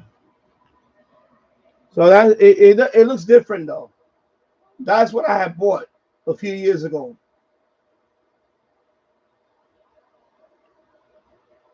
So that's the Orange Pi Zero in there and an SDR with an up converter. So I tried it and it was okay. It kept giving me issues. My review on it was I I trashed it. I said horrible, especially the guy's attitude. It was really he assumed that I didn't know anything about Linux. So here you see RTL based SDR. This is what it does. It has Wi-Fi option. So anyway, so this is what I have. But I'm thinking about just using the box for the Hamclock. It has an Ethernet port, so there you go. That's a connection right there. And that's a USB. There's inside. You open it up. There's a micro SD card you put in there. That's to power it. That's the USB mini, not micro. The mini. That's the big older mini. Okay, and this is of course the SDR portion. You have to do the offset, which I did. I did all this. See, mine's look like this one, but it's orange. Is this one? Then it has a switch for VHF, VHF, and HF. Has that. So when you open it up, it's like this. The SD card goes in here. This is a little Wi-Fi antenna, I believe. I forgot if that's the. I believe. And this is how you access it. Okay, this is basically he's doing a setup here. I went through all this. It worked a couple of times.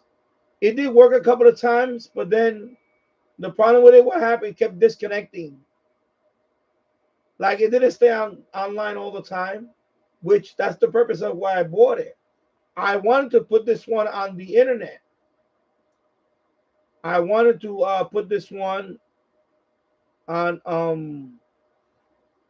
OpenWebRx. I wanted to share this with the world, and the problem is it was just not reliable.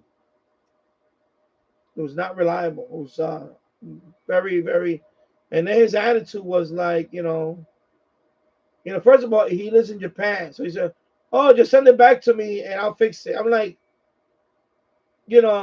how about you send me another one, and then let me try to see if that one works before I send you this one. Because I told him that I was gonna make a review on it.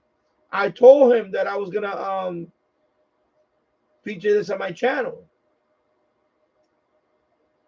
And then he wound up, he just gave me a lot of attitude, So I said I was done with it. I said I'm done with it. So, but I may repurpose it for the Hamclock.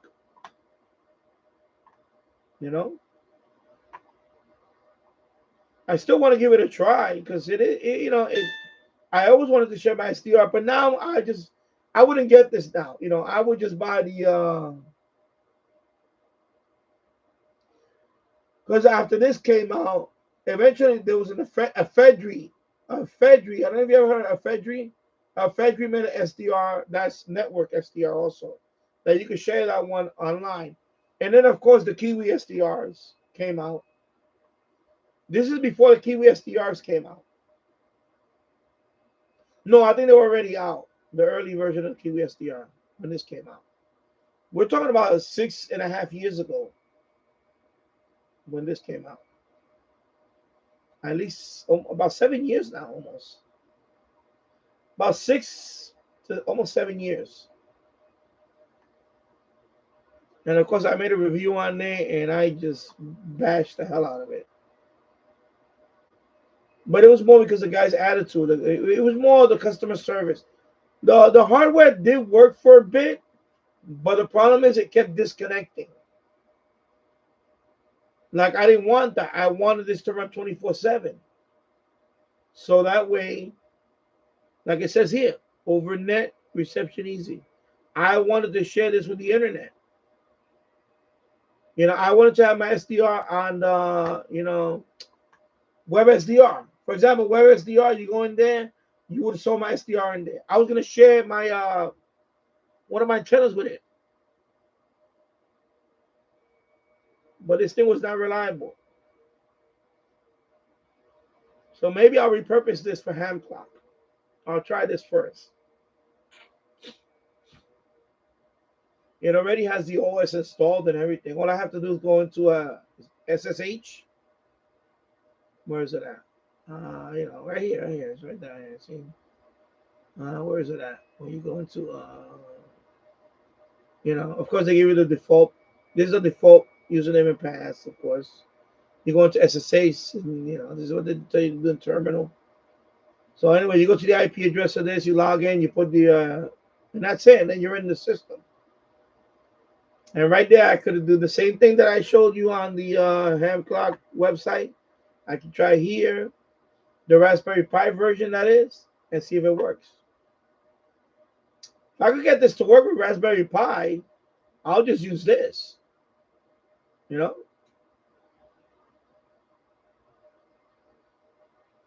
at least it won't be a total loss. Maybe I'll have to give this one more chance of an SDR, but I don't want to chance RTL SDR. This was back then when, remember this is before I bought the my first RSP from SDR Play. The original RSP1. This is before that. So once I got disappointed with this, I said I'm done with RTL SDR. Because this is what it is, RTL SDR in here with, I believe, an up converter in here, up converter board. So even if I would have got it running, it was not going to be the best SDR to share. All right, so that's why. But maybe I'll try that with it's older, so I don't know if Hamclock will run with it. I think it'll run with it. I think it might run with it actually. I have to look. I have to check because that's the Orange Pi 0. So I believe Hamclock, you need at least Orange Pi. Like this is a Raspberry Pi 0. This one in here is a Raspberry Pi 0. This one. So I guess it's almost. I think that one might be a little slower than this one. I don't know. So I don't know. Even I think with this one, I think they recommend. You at least have a Raspberry Pi 1. But I read in some forums that people got it running with a Raspberry Pi 0. So we'll see. Now I have a netbook that's older. It has an Atom processor.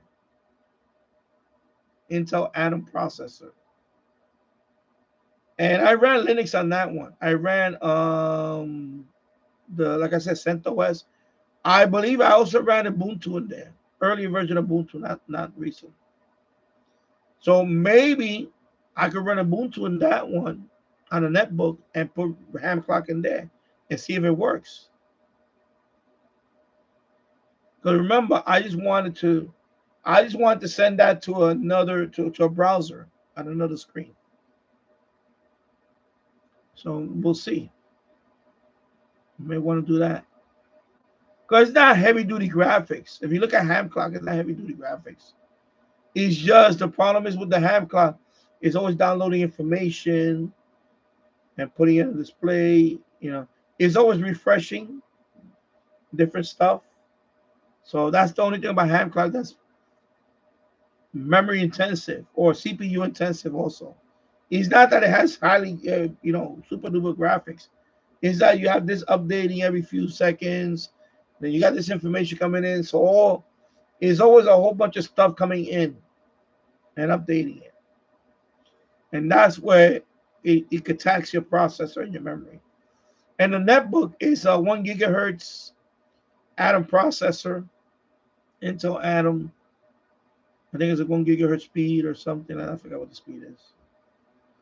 And that one, I maxed it out at 2 gigs of RAM. It says 2 gigs of RAM.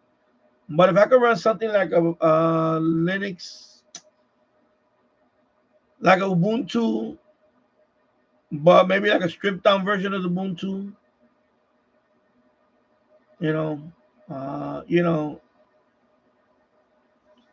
they call it a Mate.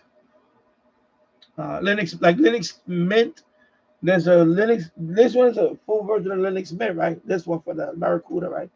I put full version, but there's one called Linux Mint Mate.